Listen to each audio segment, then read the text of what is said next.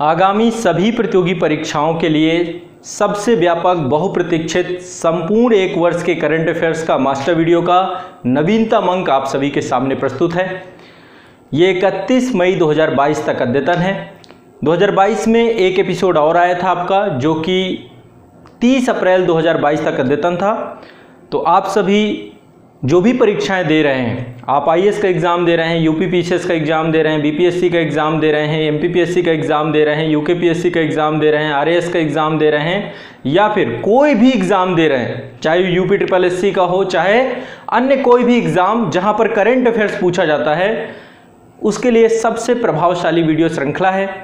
जैसा कि आप सभी जानते हैं कि मैं आप सभी को करंट अफेयर्स के मास्टर वीडियो एक मैगज़ीन की तरह लगातार लेकर के आ रहा हूं, और इसकी एक प्लेलिस्ट मैंने बनाई है, जिसको मैं वीडियो के डिस्क्रिप्शन में भी दे दूंगा। और आज़ाद आईएएस एकेडमी के यूट्यूब चैनल पर आप सभी को करंट अफेयर्स का प्लेलिस्ट मिल जाएगा। करंट अफेयर्स मास्टर वीडियो की अपडेटेड प्लेलिस्ट मिल जाएगी, जहां पर आप सभी को अभी तक के सारे वीडियोस मिल जाएंगे। परीक्षा के पहले एक बार आप जरूर इनको देख करके जाएं, कम से कम लेटेस्ट 4 जरूर देख करके जाएं, है ना। जो अपडेटेड 4 वीडियो हैं वो जरूर देख करके जाएं। निश्चित तौर पर आप सभी को करंट अफेयर्स की एक एक विषय वस्तु आपको परीक्षा के लिए बहुत उपयोगी साबित होगी और आप बहुत कुछ सीख पाएंगे। तो मेरे पीछे ये पिछले 1 साल के करंट अफेयर्स का पूरा एक कोडिंग है। आपको कुछ दिख नहीं रहा होगा, बहुत सारे छात्रों की शिकायत रहती कि कुछ दिखाई नहीं देता, तो आपको कुछ देखने की ज़रूरत नहीं है। सिर्फ 2 घंटे मुझे सुनना है इत्मीनान से। 1 वर्ष के करंट अफेयर्स को कवर करने में बोर्ड की स्थिति यही होगी। तो ये मास्टर वीडियो का एक तरीके से यही एक फॉर्मेट है। और जैसा कि करंट अफेयर्स के मास्टर वीडियो के साथ ही समान अध्ययन विषय वस्तु के भी मास्टर वीडियो मैंने आपको बनाए हैं। सभी समान अध्ययन के विषय पर मैंने मास्टर वीडियो बना चुका हूं। अभी तक इतिहास पर बना चुका हूं, भारतीय राज्य व्यवस्था पे बना चुका हूं, इसके बाद आपका इकोनॉमी में बना चुका हूं, इसके बाद आपका पर्यावरण पे बना चुका हूं, साइंस पे बना चुका हूं, सेंसस पे बना चुका हूं। तो जो भी सब्जेक्ट हैं आपके, भूगोल पे, ज्योग्राफी पे बहुत डिटेल से, इंडियन वर्ल्ड, सब हर एक टॉपिक पे मैंने मास्टर वीडियो बनाए हैं। आप लोगों को प्लेलिस्ट आज़ाद आईएएस एकेडमी के यूट्यूब चैनल पे मिल जाएगी, आप लोगों को जरूर देखना चाहिए। और करंट अफेयर्स का ये पूरा का पूरा प्लेलिस्ट आपको काम करेगा। तो जो भी बच्चे अभी एग्ज़ाम देने जा रहे हैं, आप सभी एक बार ये मास्टर वीडियो देखने के बाद करंट अफेयर्स के पिछले 4 कम से कम मास्टर वीडियो जरूर देख लीजिएगा, जो कि प्लेलिस्ट में आपको क्रम से मिल जाएंगे। ठीक है, तो ये आपके लिए बहुत ज़रूरी है। और मैं सच बता रहा हूँ, यदि आप ये देख लेंगे, अंतिम एग्ज़ाम के अंतिम समय में एक तो रिवीजन हो जाता है आपको आत्मविश्वास भी आ जाता है, और पूरा करंट अफेयर्स बहुत कम समय में आप पूरा का पूरा जान पाते हैं। तो प्रारंभिक परीक्षा, मुख्य परीक्षा सब के लिए उपयोगी है। आप आराम से इस पूरी सीरीज को देखिए और देख करके परीक्षा में जाइए, निश्चित तौर पे आपको कोई भी तनाव नहीं होगा। साथ ही इंटायर वीडियो की एक व्यापक श्रृंखला मैंने आप सभी के लिए प्रारंभ की थी, तो उसमें कई सारे सब्जेक्ट कंप्लीट कर चुका हूं, जिसमें मैं एक साथ लगातार जो है क्लासेस लेता हूं। तो आप लोग इंटायर वीडियो आज़ाद आईएएस एकेडमी में इंटायर वीडियो का भी एक पूरा का पूरा प्लेलिस्ट बना दी गई है, उनको भी आप लोग एक बार देख करके जाएं। राज्य व्यवस्था, भारत का भूगोल, भारत का इतिहास, प्राचीन, मध्यकालीन, आधुनिक, कंप्लीट इंटायर वीडियो आपको मिल जाएंगे। ठीक है, बाकी आने वाले सब्जेक्ट के इंटायर वीडियो आपके चलते रहेंगे। तो मास्टर वीडियो, इंटायर वीडियो की श्रृंखला निरंतर रहेगी। परीक्षा के अंतिम समय में आप सभी कंप्लीट रिवीजन कर पाएँ, इसके लिए ये पूरा का पूरा कार्यक्रम आप सभी के लिए हमेशा मैं लेकर के आता रहूँगा। और ये आप सभी के लिए हमेशा निःशुल्क रहेगा, कंप्लीटली फ्री ऑफ कॉस्ट रहेगा। इसके लिए किसी भी तरीके से कोई भी दिक्कत वाली बात नहीं है। ठीक है, तो आप सभी आराम से अपनी तैयारी करिए और इस व्यापक विषय वस्तु को पढ़िए। ठीक है, तो ये करंट अफेयर्स का नवीनतम अंक है, 31 मई 2022 तक अद्यतन है। इस बोर्ड पे काफ़ी सारे टॉपिक हैं। जो टॉपिक मैंने पहले करवा दिए थे आपके, जो 2022 का अद्यतन आया था, जो 30 अप्रैल तक अद्यतन था, इसके पहले वाला वीडियो, उसमें काफ़ी कुछ कवर करा दिया है मैंने। एक बार उसको जरूर देखिएगा और उसके पहले के 2-3 वीडियो और देख लीजिएगा। बस आपको फिर करंट अफेयर्स की दिक्कत नहीं लेनी, पिछले 2-3 साल का करंट अफेयर्स कवर हो जाएगा। बाकी जो अभी के लेटेस्ट अपडेटेड टॉपिक हैं वो सारे मैंने इसमें कवर किए हैं। आप आराम से एक एक करके मुझे सुनना है, और मैं निश्चित तौर पे आप मुझे सुनेंगे तो आपको एक एक चीज़ें आपके दिमाग में जाती चली जाएंगी, आपको पता भी नहीं चलेगा आने वाले 2 घंटे कैसे बीत गए। तो 2 घंटे के अंदर अंदर इतनी बड़ी विषय वस्तु आप लोग देख करके जाएंगे। बस पिछले वीडियो भी जरूर देखिएगा, बहुत ज़रूरी है। और आप लोगों से मेरा एक आग्रह है, जो लोग भी इस चैनल पर नए आ रहे हैं इस चैनल को जरूर सब्सक्राइब करिए हमारे मोटिवेशन के लिए। यदि आप इस वीडियो को देखते हैं तो एक बार लाइक करिए और सभी तक पहुंचाइए। भारत के हर एक बच्चे तक ये पहुंचना चाहिए, क्योंकि मेरा उद्देश्य है कि हर एक छात्र को जो है शिक्षा से वो दूरी ना रखे। और मैंने जिस तरीके से काम किया है वो इन सभी उद्देश्यों के लिए किया है। तो आप इसको एक बार जो है उन छात्रों तक पहुँचाने का प्रयास करें जो छात्र जो है निश्चित तौर पे अच्छा कंटेंट नहीं मिल पाता या उनको कोई समस्या होती है। तो आप करंट अफेयर्स की पूरी प्लेलिस्ट जरूर सभी के साथ साझा करें ताकि वो लोग देख सकें, ठीक है। चलिए, इसके लिए आपका शुक्रिया। चलिए मैं प्रारंभ करता हूं आपके करंट अफेयर्स के मास्टर वीडियो के इस अंक को। आराम से मेरे साथ एक एक करके चीज़ों को देखना है। पहले एक बार बता देता हूँ कि बोर्ड में क्या क्या चीज़ें हैं। राष्ट्रीय घटनाक्रम जो हाल फिलहाल में इस समय बड़ी चर्चा में रही हैं, इंपॉर्टेंट हैं, वो सारी यहाँ पे कवर हैं। अंतर्राष्ट्रीय परिदृश्य से जुड़े हुए जो टॉपिक हैं, भारतीय प्रधानमंत्री जी की जो यात्राएं हैं, जैसे कि जर्मनी गए, फ्रांस गए और नार्डिक शिखर सम्मेलन में सम्मिलित हुए, वो सारी यात्राएं यहाँ पर अभी कवर हैं, जो कि अप्रैल मई में हुई हैं हाल फिलहाल में। इसके बाद जो है आर्थिक परिदृश्य में जो हाल फिलहाल में चीज़ें हुई हैं, बजट और इकोनॉमिक सर्वे पिछले वाले वीडियो में मैंने कवर करा दिया है। इसमें जो है आपका अभी मौद्रिक नीति को लेकर के कुछ चीज़ें जो अभी अपडेट आई हैं वो सारी चीज़ें, मौद्रिक वक्तव्य वगैरह देख लेंगे। इसके बाद साइंस एंड टेक में जो हमारी उपलब्धियां हैं महत्वपूर्ण हैं वो मैंने यहाँ पे कवर किया है। और इसके बाद सूचकांक जो है इंपॉर्टेंट, पहले तो सूचकांक की पूरी लिस्ट पिछले वीडियो में भी मैंने दे दी है, इसमें भी कुछ नए जो आए हैं उनको मैंने कवर किया है। इसके बाद पर्यावरण से जुड़ी हुई कुछ विषय वस्तु हैं यहाँ पे जो इंपॉर्टेंट है, जो मुझे लगा कि आईएएस और पीसीएस जैसे एग्जाम में पूछा जा सकता है। उत्तर प्रदेश राज्य से भी मैंने यहाँ पे कवर किया है, चूंकि यूपी स्पेशल उत्तर प्रदेश राज्य में पूछा जाता है तो ये उत्तर प्रदेश का करंट अफेयर्स भी काफ़ी कवर किया है। और कुछ चर्चित व्यक्तित्व हैं, इसके पिछले वाले वीडियो में मैंने खेल पूरा कवर किया था, पुरस्कार कवर किए थे, वो सारी चीज़ें वहाँ पर कवर हैं। और बाकी राष्ट्रीय अंतर्राष्ट्रीय प्रदेश से वो सारी चीज़ें वहाँ पर आपको मिल जाएंगी। तो ये वीडियो देखने के बाद तुरंत आप उसे जरूर देख लीजिएगा। डिस्क्रिप्शन में मैं पूरी प्लेलिस्ट आपके लिए डाल दूंगा, उस प्लेलिस्ट से सारे वीडियो देख लो, एक दिन में देख सकते हो आप पूरे टॉप 4 एक दिन में देख करके अपने एग्जाम हॉल पे आराम से जाइए। करंट अफेयर्स के लिए निश्चिंत रहिएगा, आपको रिकॉल कर जाएगा प्रारंभिक परीक्षा में, दिक्कत वाली बात नहीं है। चलिए प्रारंभ करते हैं, ठीक है। देखिए, सबसे पहला जो करंट अफेयर्स है वो है हमारा इस समय जो सबसे ज़्यादा चर्चित है वो है मंकी पॉक्स को लेकर के। आप लोगों को पता है कि अभी पूरा विश्व कोविड-19 महामारी से जूझ रहा है। अभी भी देखिए चीन में स्थिति बहुत भयावह है, जबकि चीन से ही वायरस का जन्म हुआ और अभी तक पता नहीं चला कि वो वायरस जो है लैब में बनाया गया है, उसके लिए जिम्मेदार कौन है। लेकिन फिर भी कोविड-19 अभी भी पूरे विश्व के लिए एक बहुत बड़ा खतरा है। जबकि भारत ने बहुत सराहनीय काम किया है कि हमने पूरे इतनी बड़ी आबादी को जो है उसका टीकाकरण, जिस तरीके से वैक्सीनेशन हुआ है और लगातार बूस्टर डोज और सारी चीज़ें हो रही हैं, तो बहुत सराहना के पात्र हैं भारत के जिस तरीके से काम किया गया इस पूरी अवधि में। लेकिन इसके बावजूद भी पूरे विश्व से खतरा गया नहीं है, लेकिन उसकी एवज में एक दूसरा खतरा आ चुका है मंकी पॉक्स का। अब ये मंकी पॉक्स क्या है? एक तरीके से चेचक के बारे में आप सभी जानते होंगे, ईश्वर न करे आप लोगों को कभी हो, लेकिन फिर भी कई बार जो है चपेटे में आ जाते हैं चेचक के अभी भी, जबकि चेचक में काफ़ी कंट्रोल नियंत्रण किया जा चुका है। एक समय तो बहुत ज़्यादा बड़े स्तर पे चेचक होती थी और पूरा गांव का गांव चपेट पे आ जाता था। तो मंकी पॉक्स भी कुछ उसी तरीके का एक वायरस है और ये वायरस अपने आप में बहुत घातक और भयावह बन चुका है। विश्व के जो बड़े देश हैं जिनको विकसित इकोनॉमी, डेवलप्ड इकोनॉमी के तौर पर हम जानते हैं, कोरोना में भी ये तबाह हो गए और अभी मंकी पॉक्स, खासकर अमेरिका, यूके, ऑस्ट्रेलिया, स्पेन, है ना। आमतौर पे मंकी पॉक्स के बारे में जो इसका ओरिजिन है वो अफ्रीका देश से है, मध्य अफ्रीका और जो आपका साउथ अफ्रीका या फिर ऊपरी नॉर्थ अफ्रीका, मतलब अफ्रीका देश से इसका ओरिजिन हुआ है इस पूरे वायरस का। लेकिन अब ये बहुत तेजी से पूरे विश्व में प्रसारित हो रहा है, खासकर हाल ही में, है ना। 1958 में इसको पहली बार पता चला था जब एक रिसर्च के लिए बहुत सारे बंदरों को जो है रखा गया था और उस बंदरों में इस तरीके के सिम्टम्स पाए गए थे। इसके लक्षण सामान्य है जैसे अन्य जो बहुत सारे रोग हैं जिनमें होते हैं कि सर दर्द होना, बॉडी पेन होना, बुखार आना, है ना, आमतौर पे वैसे ही सामान्य लक्षण ही हैं और इसकी अभी कोई पर्टिकुलर वैसी दवा नहीं है, तो अपने आप में बहुत घातक है। तो एक बार मंकी पॉक्स के बारे में आपको बताता हूं। हाल ही में यूके में बहुत सारे स्वास्थ्य अधिकारी थे, जो स्वास्थ्य अधिकारी नाइजीरिया गए थे, है ना। तो बहुत सारे लोग भी जो है आप जानते हैं आते जाते रहते हैं, तो बहुत सारे लोग जो है नाइजीरिया गए और वापस जब यूके लौट कर आए तो उनमें पाया गया कि एक मंकी पॉक्स नामक वायरस की पुष्टि हुई। ये पता चला यूके में, फिर अमेरिका में बहुत बुरा हाल हो गया, अमेरिका के बाद अभी ऑस्ट्रेलिया में बहुत बुरा हाल है, स्पेन में बहुत बुरा हाल है, इटली में बहुत बुरा हाल है। तो ये जितने कोविड प्रभावित देश थे इनमें अभी मंकी पॉक्स की स्थिति यानी अब ये बहुत तेजी से स्प्रेड हो रहा है और ये मानव से मानव में इसका जो है संक्रमण हो रहा है, या जो जानवर से भी मानव में संक्रमण हो रहा है। तो एक तरीके की जूनोसिस जो है वायरस के तौर पे ये आपको देखा जा रहा है।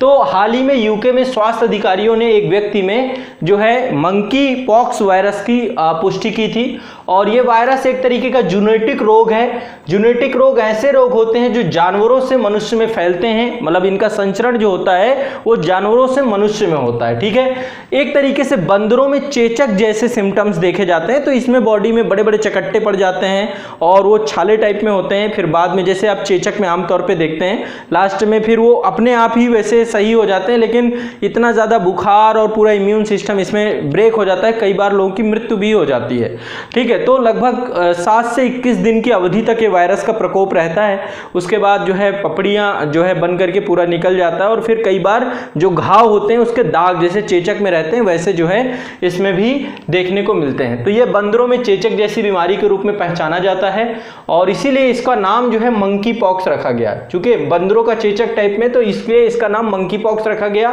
नाइजीरिया में मुख्य तौर पे बीमारी बहुत ज़्यादा स्तर पे देखी गई, स्थानीय बीमारी के तौर पे कह सकते हैं, नाइजीरिया, कांगो, है ना। तो जितने भी ये वायरस जो है ना, मतलब जैसे बंदर हो गया, वानर हो गया, या फिर जो कृंतक जो प्रजातियां हैं, कृंतक प्रजातियों में जो स्तनधारी हैं, खासकर जैसे चूहा हो गया, गिलहरी हो गया, पैरीडॉक्स हो गए, पैरीडॉक्स खरगोश इत्यादि में भी ये वायरस जो है वहां पर सर्वाइव करता है और ट्रांसफर होता है। तो ये संक्रमण पहली बार 1958 में पता चला था, इस संक्रमण का मंकी पॉक्स का। और इसका जानकारी कैसे मिली थी? बहुत सारे बंदरों को एक कॉलोनी में रखा गया था रिसर्च कार्य के लिए, वहां पर पहली बार जो है ऐसे सिम्टम्स, ऐसे लक्षण देखने को मिले थे जो कि चिकन पॉक्स की तरह या स्मॉल पॉक्स की तरह देखने को पाए गए थे। चेचक की तरह इसमें दाने निकल आते हैं और मंकी पॉक्स के कारण से बहुत तेजी से जो इसके लक्षण हैं, उन लक्षणों को देखा जाए तो बुखार आता है बहुत तेजी से, अस्वस्थता होती है, सर में दर्द होता है और खासकर बॉडी पेन होता है। और सबसे बड़ी दिक्कत क्या है कि ये थोड़ा सा लक्षण अपने आप में बहुत गंभीर है, क्योंकि बहुत सारे लोगों की इसमें मृत्यु भी देखी जा रही है आज के टाइम पीरियड पे, ठीक है। तो लगभग इसकी जो अवधि है, इसकी अवधि 7 से 14 दिन या 5 से 21 दिन की अवधियों तक देखा जा रहा है कि ये आपका वायरस प्रभावकारी हो रहा है। इसका कोई पर्टिकुलर अभी तक कोई वैक्सीन नहीं बनी है, अभी चेचक की दवा का ही प्रयोग किया जा रहा है और बहुत सारे एंटीवायरल या एंटी वायरल्स का प्रयोग किया जा रहा है। वैक्सीन या टीका जो आपका बनाया गया है चेचक के लिए, उसी को मंकी पॉक्स के खिलाफ एक सुरक्षात्मक उपाय के तौर पे देखा जा रहा है, ठीक है। तो अब तक का एक तरीके से वैक्सीन ही इसमें काम कर रही है और बहुत सारे एंटीवायरल एजेंट्स भी हैं जो डेवलप हो रहे हैं और इसके लिए बहुत तेजी से काम किया जा रहा है, क्योंकि यूरोप से लेकर अमेरिका तक मंकी पॉक्स के मामले अब लगातार बढ़ते जा रहे हैं। अभी हाल ही में WHO के द्वारा जो है एक आपात बैठक बुलाई गई थी, जिसमें इस पूरे वायरस को लेकर के जो है गंभीरता से लेने की बात की गई कि इस वायरस को गंभीरता में लेना जरूरी है और भारत सरकार भी अब इसके लिए सतर्क हो गई है। और इतनी बड़ी आबादी चूंकि भारत की है, तो ऐसे में अभी उत्तर प्रदेश राज्य में एक एडवाइजरी जारी की गई इसको लेकर के, और भारत में भी अब बहुत अलर्टनेस के साथ इस वायरस को लेकर के देखा जा रहा है, ठीक है। इसके जो मेन लक्षण हैं, एक तो बुखार आता है, शरीर का तापमान बढ़ जाता है, सिर दर्द है, मांसपेशियों में दर्द होता है, पीठ दर्द होता है, और जो सबसे इंपॉर्टेंट है जो लिम्स नोड्स हैं उनमें सूजन देखने को मिलती है, ठंड लगना, थकावट, निमोनिया के लक्षण भी दिखाई देते हैं और फ्लू के लक्षण दिखाई देते हैं। तो ये पर्टिकुलर इसके कुछ लक्षण हैं। ईश्वर न करे कि भारत में ऐसा कोई प्रकोप आए, लेकिन फिर भी हमें सतर्क रहने की जरूरत है, क्योंकि अभी कोविड-19 के कारण से हमारी अर्थव्यवस्था पूरी तरीके से तहस नहस हो चुकी है। इतनी बड़ी आबादी को संभाल पाना फिर बड़ा कठिन होता है, ठीक है।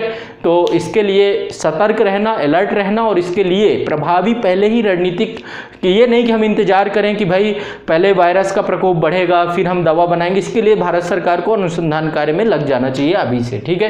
तो ये एक बहुत लगातार चर्चा का विषय रहा है मंकी पॉक्स, तो ये आपको जानना होगा। ये वायरस जूनोसिस वायरस है ना, जूनोसिस वायरस है, जूनोटिक वायरस है, यानी जानवरों से मनुष्यों में इसका संचरण होता है। ठीक है, एक बात तो ये।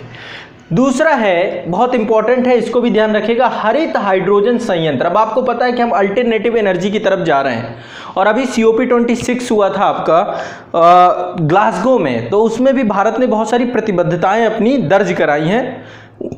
उन्हीं प्रतिबद्धताओं को लेकर अब हम काम कर रहे हैं, हाइड्रोजन संयंत्र लगा रहे हैं, जिनसे जो ग्रीन हाउस इफेक्ट्स गैसें हैं उनका पूरी तरीके से वो ना रहें, और हमारे यहाँ पे जो रिन्यूएबल एनर्जी है, रिन्यूएबल एनर्जी के माध्यम से जो है अब एनर्जी के सोर्सेस हम डेवलप कर रहे हैं। ठीक है, तो प्रधानमंत्री जी के द्वारा आत्मनिर्भर भारत के दृष्टिकोण से ऑल इंडिया लिमिटेड OIL ने 20 अप्रैल 2022 को असम में एक जगह है जोरहाट, इसे याद रखिएगा, एक संयंत्र लगाया गया है जिसका नाम है हरित हाइड्रोजन संयंत्र। कहां लगाया गया? असम के जोरहाट में।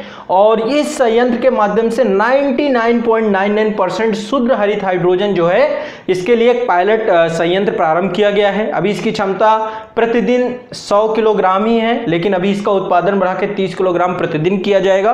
तो इस तरीके के प्रोजेक्ट्स अपने आप में बहुत प्रभावशाली हैं, और आने वाले समय पे जो है 500 किलोवाट तक भी हमारा प्रयास रहेगा कि इसके माध्यम से होता क्या है, जो सोलर एनर्जी है, 500 किलोवाट सोलर एनर्जी के माध्यम से हरित हाइड्रोजन जो है इससे उत्पादित की जा रही है। ठीक है, तो अभी उत्पादन क्षमता केवल 10 किलोग्राम है, 30 किलोग्राम तक इसको ले जाएंगे। ये लगाया कहाँ गया है? असम के जोरहाट में। ठीक है, जिसके माध्यम से जो है 99.999% जो है शुद्ध जो है हरित हाइड्रोजन को उत्पादित किया जाता है। ठीक है, तो हवा और सौर ऊर्जा जैसी जो अक्षय ऊर्जा है, यानी जिनसे कार्बन एमिशन नहीं हो सकता, ग्रीन हाउस गैसेस का इफेक्ट नहीं हो सकता, उन सभी का प्रयोग करके क्या किया जाता है, हम जो है यहाँ पे हरित हाइड्रोजन को जो है उत्पादित कर रहे हैं, और इसके जलने से कार्बन डाइऑक्साइड का उत्सर्जन नहीं होता है।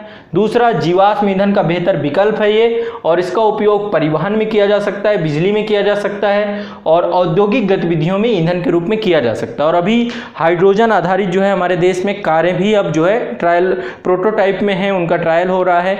तो ये एक बहुत बड़ी जो है आने वाले समय में भारत की ऊर्जा जरूरतों को पूरा करने की दिशा में एक प्रयास जो है प्रारंभ किया गया है। ठीक है, तो याद रखिएगा, हरित हाइड्रोजन संयंत्र कहां लगाया गया? असम के जोरहाट में। ठीक है, याद रखिएगा।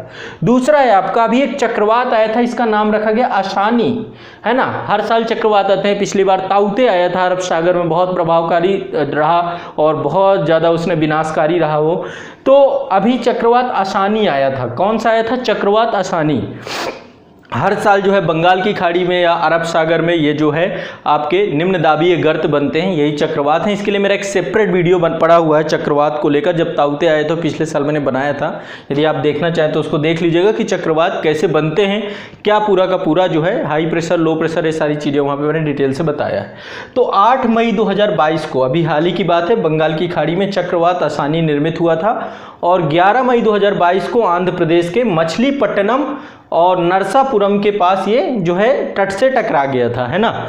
और इसके बाद जो है इसका जो नाम रखा है वो श्रीलंका ने रखा है इस बार, है ना। इससे पहले दिसंबर 2021 में एक और चक्रवात आया था जिसका नाम था जवाद। जवाद चक्रवात था, और जवाद का नाम जो है सऊदी अरब के द्वारा रखा गया था। ठीक है, तो आसानी नाम श्रीलंका ने रखा है और जवाद का नाम सऊदी अरब ने रखा है। ठीक है, तो आप एक बार उस वीडियो को देखेंगे, उसमें सब बताया मैंने, नामकरण कैसे होता है, सारी चीज़ें उसमें डिस्कस करेंगे। ठीक है, तो आसानी के बारे में याद रखिएगा, अभी चक्रवात आसानी आया था। इसके बाद एक ये संवाद होता है, बहुत इंपॉर्टेंट है, भारत की भू राजनीतिक भू आर्थिक सम्मेलन के तौर पे वैश्विक समुदाय के समक्ष उपस्थित जितनी भी समस्याएं होती हैं, चुनौतियां होती हैं, उन चुनौतियों को इस संवाद में रखा जाता है, और विश्व की बड़ी बड़ी जो है संस्थाएं इसमें सहभागिता लेती हैं। तो रायसीना डायलॉग 2022 का 7वां संस्करण अभी मनाया गया। कौन सा संस्करण? 7वां संस्करण। ठीक है, यह आपका 25 से 27 अप्रैल 2022 को जो है इसका आयोजन हुआ था, रायसीना संवाद 2022 का। तो भारत का प्रमुख वार्षिक है, हर साल होता है ये, भू राजनीतिक और भू आर्थिक सम्मेलन है ये, और यह एक बहुपक्षीय सम्मेलन है। कई सारे मल्टी सेक्टरल जो है जो जितने भी स्टेक होल्डर हैं वो सारे इसमें सम्मिलित होते हैं। और इस संवाद में जो है ये 7वां संस्करण था। इसका पहला संस्करण 2016 में आया था। आयोजन जो है इसका कौन करता है? ऑब्जर्वर रिसर्च फाउंडेशन तथा भारत सरकार का विदेश मंत्रालय, दोनों मिलकर के इस पूरे का आयोजन करते हैं। और यह संवाद सिंगापुर का जो संग्रीला संवाद है उससे प्रेरित है। संग्रीला संवाद से ये प्रेरित है, ठीक है। इस संवाद में यूरोपीय आयोग की अध्यक्ष जो हैं उर्सुला वान डेर लेयन, उनके द्वारा इसका उद्घाटन किया गया था। नाम याद रखिएगा, इस संवाद में यूरोपीय आयोग जो आपका है, यूरोपीय कमीशन है, उसकी अध्यक्ष है उर्सुला वान डेर लेयन, वो भारत आई थी और उनके द्वारा ही इसका उद्घाटन किया गया था। मुख्य अतिथि के रूप में भी ये सम्मिलित हुई थी, ठीक है। उर्सुला वान डेर लेयन याद रखिएगा, ठीक है, यूरोपीय आयोग की अध्यक्ष थी। और इसका जो केंद्रीय विषय था टेरा नोवा इम्पेसेंट, इम्पेशियंट एंड इम्पेंटल्ट, ठीक है। ये आपका जो है इसको याद रखना है आपको। तो ये आपका जो है रायसीना संवाद है, इसके बारे में आपको ध्यान रखिएगा। टेरा नोवा इसका जो है क्या था? थीम था आपका, पूरा का पूरा पर्टिकुलर थीम था। रायसीना संवाद 7वां संस्करण इसका संवादित हुआ, ठीक है। अब आगे चलते हैं। नेक्स्ट है आपका अटल न्यू इंडिया चैलेंज 2.0। एक्चुअली आप लोगों को पता होगा कि एक अटल इनोवेशन मिशन चालू किया गया था भारत सरकार के द्वारा 2016 में। और अल्टीमेट जो उस पूरे मिशन का गोल था, उद्देश्य था देश में नवाचार, इनोवेशन को बढ़ावा देना, है ना। भारत सरकार के द्वारा विभिन्न सेक्टर्स में इनोवेशंस को बढ़ावा देना, नवाचार को बढ़ावा देना, है ना। तो नवाचार को बढ़ावा देने के लिए अटल इनोवेशन मिशन चालू किया गया था। उसी की एक पहल है अटल न्यू इंडिया चैलेंज 2.0। पहले इसका संस्करण 2018 में आया था और अभी 2.0 है। 1.0 जो है आपका 2018 में था। अब ये अटल न्यू इंडिया चैलेंज 2.0 जो है ये आपका अभी जो है लॉन्च किया गया है। अब अल्टीमेट इसमें क्या क्या होना है मैं एक बार आपको बता देता हूँ। अल्टीमेट जो ये अटल इनोवेशन जो मिशन है आपका, या अटल न्यू इंडिया चैलेंज 2.0 है, ये एक अनुदान आधारित तंत्र के माध्यम से जो नवाचार है उसको जो है सहयोग प्रदान करने के लिए टारगेट किया गया, लक्षित किया गया है। और अल्टीमेट राष्ट्रीय महत्व तथा सामाजिक औचित्य के क्षेत्रों में एक अत्याधुनिक प्रौद्योगिकी का आधारित है। उत्पादों और समाधानों को सृजित करने के लिए ये प्रयास किया गया है, ठीक है। तो अल्टीमेट ये क्या है? इनोवेशन पे आधारित है, नवाचार पे आधारित है, ठीक है। और इसमें लगभग 5 मंत्रालय भागीदार है। 5 मंत्रालयों के द्वारा जो है ये पूरा का पूरा प्रारंभ किया गया। 5 मंत्रालय इससे जुड़े हुए हैं अटल इनोवेशन मिशन में, अटल न्यू इंडिया चैलेंज 2.0 से। ध्यान रखिएगा, पहला जल शक्ति मंत्रालय है, दूसरा रेलवे मंत्रालय है, तीसरा कृषि एवं किसान कल्याण मंत्रालय है, चौथा सड़क परिवहन और राजमार्ग मंत्रालय है, 5वां आवासन एवं शहरी कार्य मंत्रालय। एक बार मैं मंत्रालयों के नाम फिर से ले रहा हूं। जल शक्ति मंत्रालय, रेलवे मंत्रालय, कृषि एवं किसान कल्याण मंत्रालय, सड़क परिवहन एवं राजमार्ग मंत्रालय, इसके बाद है आवासन एवं शहरी कार्य मंत्रालय, ठीक है। इसमें जो है 7 क्षेत्रों को लिया गया। 7 क्षेत्रों को जो है क्या क्या चीजों पे काम करना है, 7 क्षेत्र हैं इसमें। पहला है स्वच्छता प्रौद्योगिकी, है ना। दूसरा ई मोबिलिटी में काम करना है, सड़क परिवहन में काम करना है, इनोवेशन करना है, अंतरिक्ष प्रौद्योगिकी एवं अनुप्रयोग पे काम करना है, चिकित्सा यंत्र एवं उपकरण पे काम करना है, अपशिष्ट प्रबंधन पे काम करना है और कृषि पे काम करना है। तो 7 कौन कौन से क्षेत्र हैं? ई मोबिलिटी, सड़क परिवहन, अंतरिक्ष प्रौद्योगिकी एवं अनुप्रयोग, स्वच्छता प्रौद्योगिकी, चिकित्सा यंत्र एवं उपकरण, अपशिष्ट प्रबंधन और एग्रीकल्चर, इन चीजों पे जो है काम करना है। इसके पहले अटल न्यू इंडिया चैलेंज 1.0 2018 में आया था, ठीक है। तो अटल इनोवेशन मिशन 2016 में प्रारंभ किया गया था। उसी की एक कई पहले हैं, चाहे अटल न्यू इंडिया चैलेंज 1.0 हो चाहे 2.0, ठीक है। 2.0 अभी प्रारंभ किया गया भारत में इनोवेशन कल्चर को लाने को लेकर के। तो ये आपका एक महत्वपूर्ण करंट अफेयर्स है, ठीक है। चलिए आगे चलते हैं। देखिए, भारत के प्रधानमंत्री जी अभी यूरोप गए थे कोविड के दौरान। तो आपको पता है कि पहली यात्रा कोविड के बाद बांग्लादेश की थी, जब पिछले साल 50 साल पूरे हो रहे थे बांग्लादेश के, और शेख मुजीबुर रहमान जी की भी जयंती थी। तो ओवरऑल कहने का मतलब ये है कि भारत के जो प्रधानमंत्री नरेंद्र मोदी जी हैं, उनका भी यूरोप दौरा हुआ था हाल ही में। सबसे पहले जर्मनी गए और जर्मनी के चांसलर हैं जिनका नाम है ओलाफ स्कोल्ग, ठीक है, ओलाफ स्कोल्ग जी से मुलाकात हुई उनकी। और इस पूरे जो जर्मनी के साथ जो टोटल ये पूरा का पूरा यूरोप दौरा था, इसमें ग्रीन एनर्जी पे बात हुई और सतत ऊर्जा पे बात हुई। इस पे लगभग 9 समझौते किए गए, ठीक है। मैं अभी सारे समझौते आपको बता देता हूँ। ग्रीन एनर्जी ये अपने आप में बहुत महत्वपूर्ण है। कारण क्या है, अभी COP26 में आपको बताऊंगा। अभी क्या था, 31 अक्टूबर 2021 से लेकर 13 नवंबर 2021 तक संयुक्त राष्ट्र जलवायु परिवर्तन का शिखर सम्मेलन था, UNFCCC का COP26। हर साल कोप होता है ना। COP कॉन्फ्रेंस ऑफ पार्टीज 26 हुआ था। इसका आयोजन स्कॉटलैंड में हुआ था, UK में, है ना। स्कॉटलैंड में एक जगह है ग्लासगो, बड़ा फेमस शहर है, यहाँ पे संपन्न हुआ था। ये मैं पहले आपको थोड़ा सा बताता हूँ COP26, और रट लेना इसको, कई बार आता है, पूछता है COP के बारे में, ठीक है। तो जो कॉन्फ्रेंस ऑफ पार्टीज जो है आपका संयुक्त राष्ट्र जलवायु परिवर्तन शिखर सम्मेलन ये आपका आयोजित किया गया था। इसमें भारतीय मूल के ब्रिटिश एक पर्सन थे जिनका नाम था आलोक शर्मा, उनके द्वारा इसकी अध्यक्षता की गई। थे वो ब्रिटिश लेकिन भारतीय मूल के थे, आलोक शर्मा जी, उनके द्वारा इसकी अध्यक्षता की गई। और प्रधानमंत्री नरेंद्र मोदी जी के द्वारा COP26 में पंचामृत का मंत्र दिया गया। अब देखो UPSC में कई बार बोल देता है कि हाल ही में समाचार पत्रों में जो है पंचामृत शब्द बड़ा मतलब चर्चा में रहा, ये किससे संबंधित है। तो ये आपको थोड़ा शब्दों को भी ध्यान रखना है, इस तरीके के शब्द यदि पूछ लेता है कभी तो। पंचामृत मंत्र दिया, ठीक है। पंचामृत के अंतर्गत भारत ने 5 प्रतिबद्धताओं पे बात की है कि 5 कमिटमेंट्स हमने किए हैं अपने, इसलिए अब हम हर जगह जाके ग्रीन एनर्जी और जो है सतत ऊर्जा की बात कर रहे हैं। तो इसमें जो पंचामृत में पहली बात क्या थी, पहली प्रतिबद्धता की 2030 तक हम गैर जीवाश्म ऊर्जा क्षमता को 500 गीगावाट तक ले जाएंगे। मतलब जो गैर जीवाश्म यानी रिन्यूएबल एनर्जीज को हम कितना ले जाएंगे, 500 गीगावाट तक ले जाने का प्रयास करेंगे। 2030 तक भारत अपनी 50% ऊर्जा आवश्यकताओं को किससे याद करेगा, अक्षय ऊर्जा के माध्यम से पूरा करेगा। ये हमारे कमिटमेंट्स हैं जो हम प्रतिबद्धताएं देकर के आए हैं कि हम 2030 तक अपनी 50% से ज्यादा जो हमारी जो वो रिन्यूएबल एनर्जी को हम जो है अपना प्रयास करेंगे, तो उसके साथ जोड़ने का प्रयास करेंगे। वर्ष 2030 तक अपनी अर्थव्यवस्था की कार्बन तीव्रता को 45% से भी कम करने का प्रयास करेंगे। मतलब जो कार्बन तीव्रता उसको 45% से भी कम करने का प्रयास करेंगे। भारत वर्तमान से लेकर 2030 तक कुल अनुमानित कार्बन उत्सर्जन के 1 बिलियन टन की कटौती भी करेगा। तो 2030 तक कुल अनुमानित कार्बन उत्सर्जन का 1 बिलियन टन, मतलब हम अपना कार्बन उत्सर्जन कम करने का प्रयास करेंगे 1 बिलियन टन, ठीक है। और 2070 तक भारत शून्य कार्बन उत्सर्जन की प्राप्ति का लक्ष्य प्राप्त करेगा। तो ये ध्यान रखिएगा, 2070 हमने टारगेट रखा है कि 2070 तक शून्य कार्बन, है ना, शून्य कार्बन उत्सर्जन। मतलब जितना कार्बन उत्सर्जन होगा उतना ही हम जो है, उतने ही हमारे यहाँ वृक्षारोपण हो जाएगा, वनारोपण हो जाएगा, उतना ही उसके लिए हम कार्बन सिंक बना देंगे कि वो अवशोषित हो जाए आमतौर पे। तो ये हमारी प्रतिबद्धताएं बनाई गई COP26 में। ये भारत जो है पंचामृत के बारे में प्रधानमंत्री जी कह के आए हैं। पहला क्या है, 2030 तक भारत गैर जीवाश्म ऊर्जा का 500 गीगावाट तक ले जाएगा, यानी कि हम रिन्यूएबल एनर्जी 500 गीगावाट तक लेकर के जाएंगे अपनी।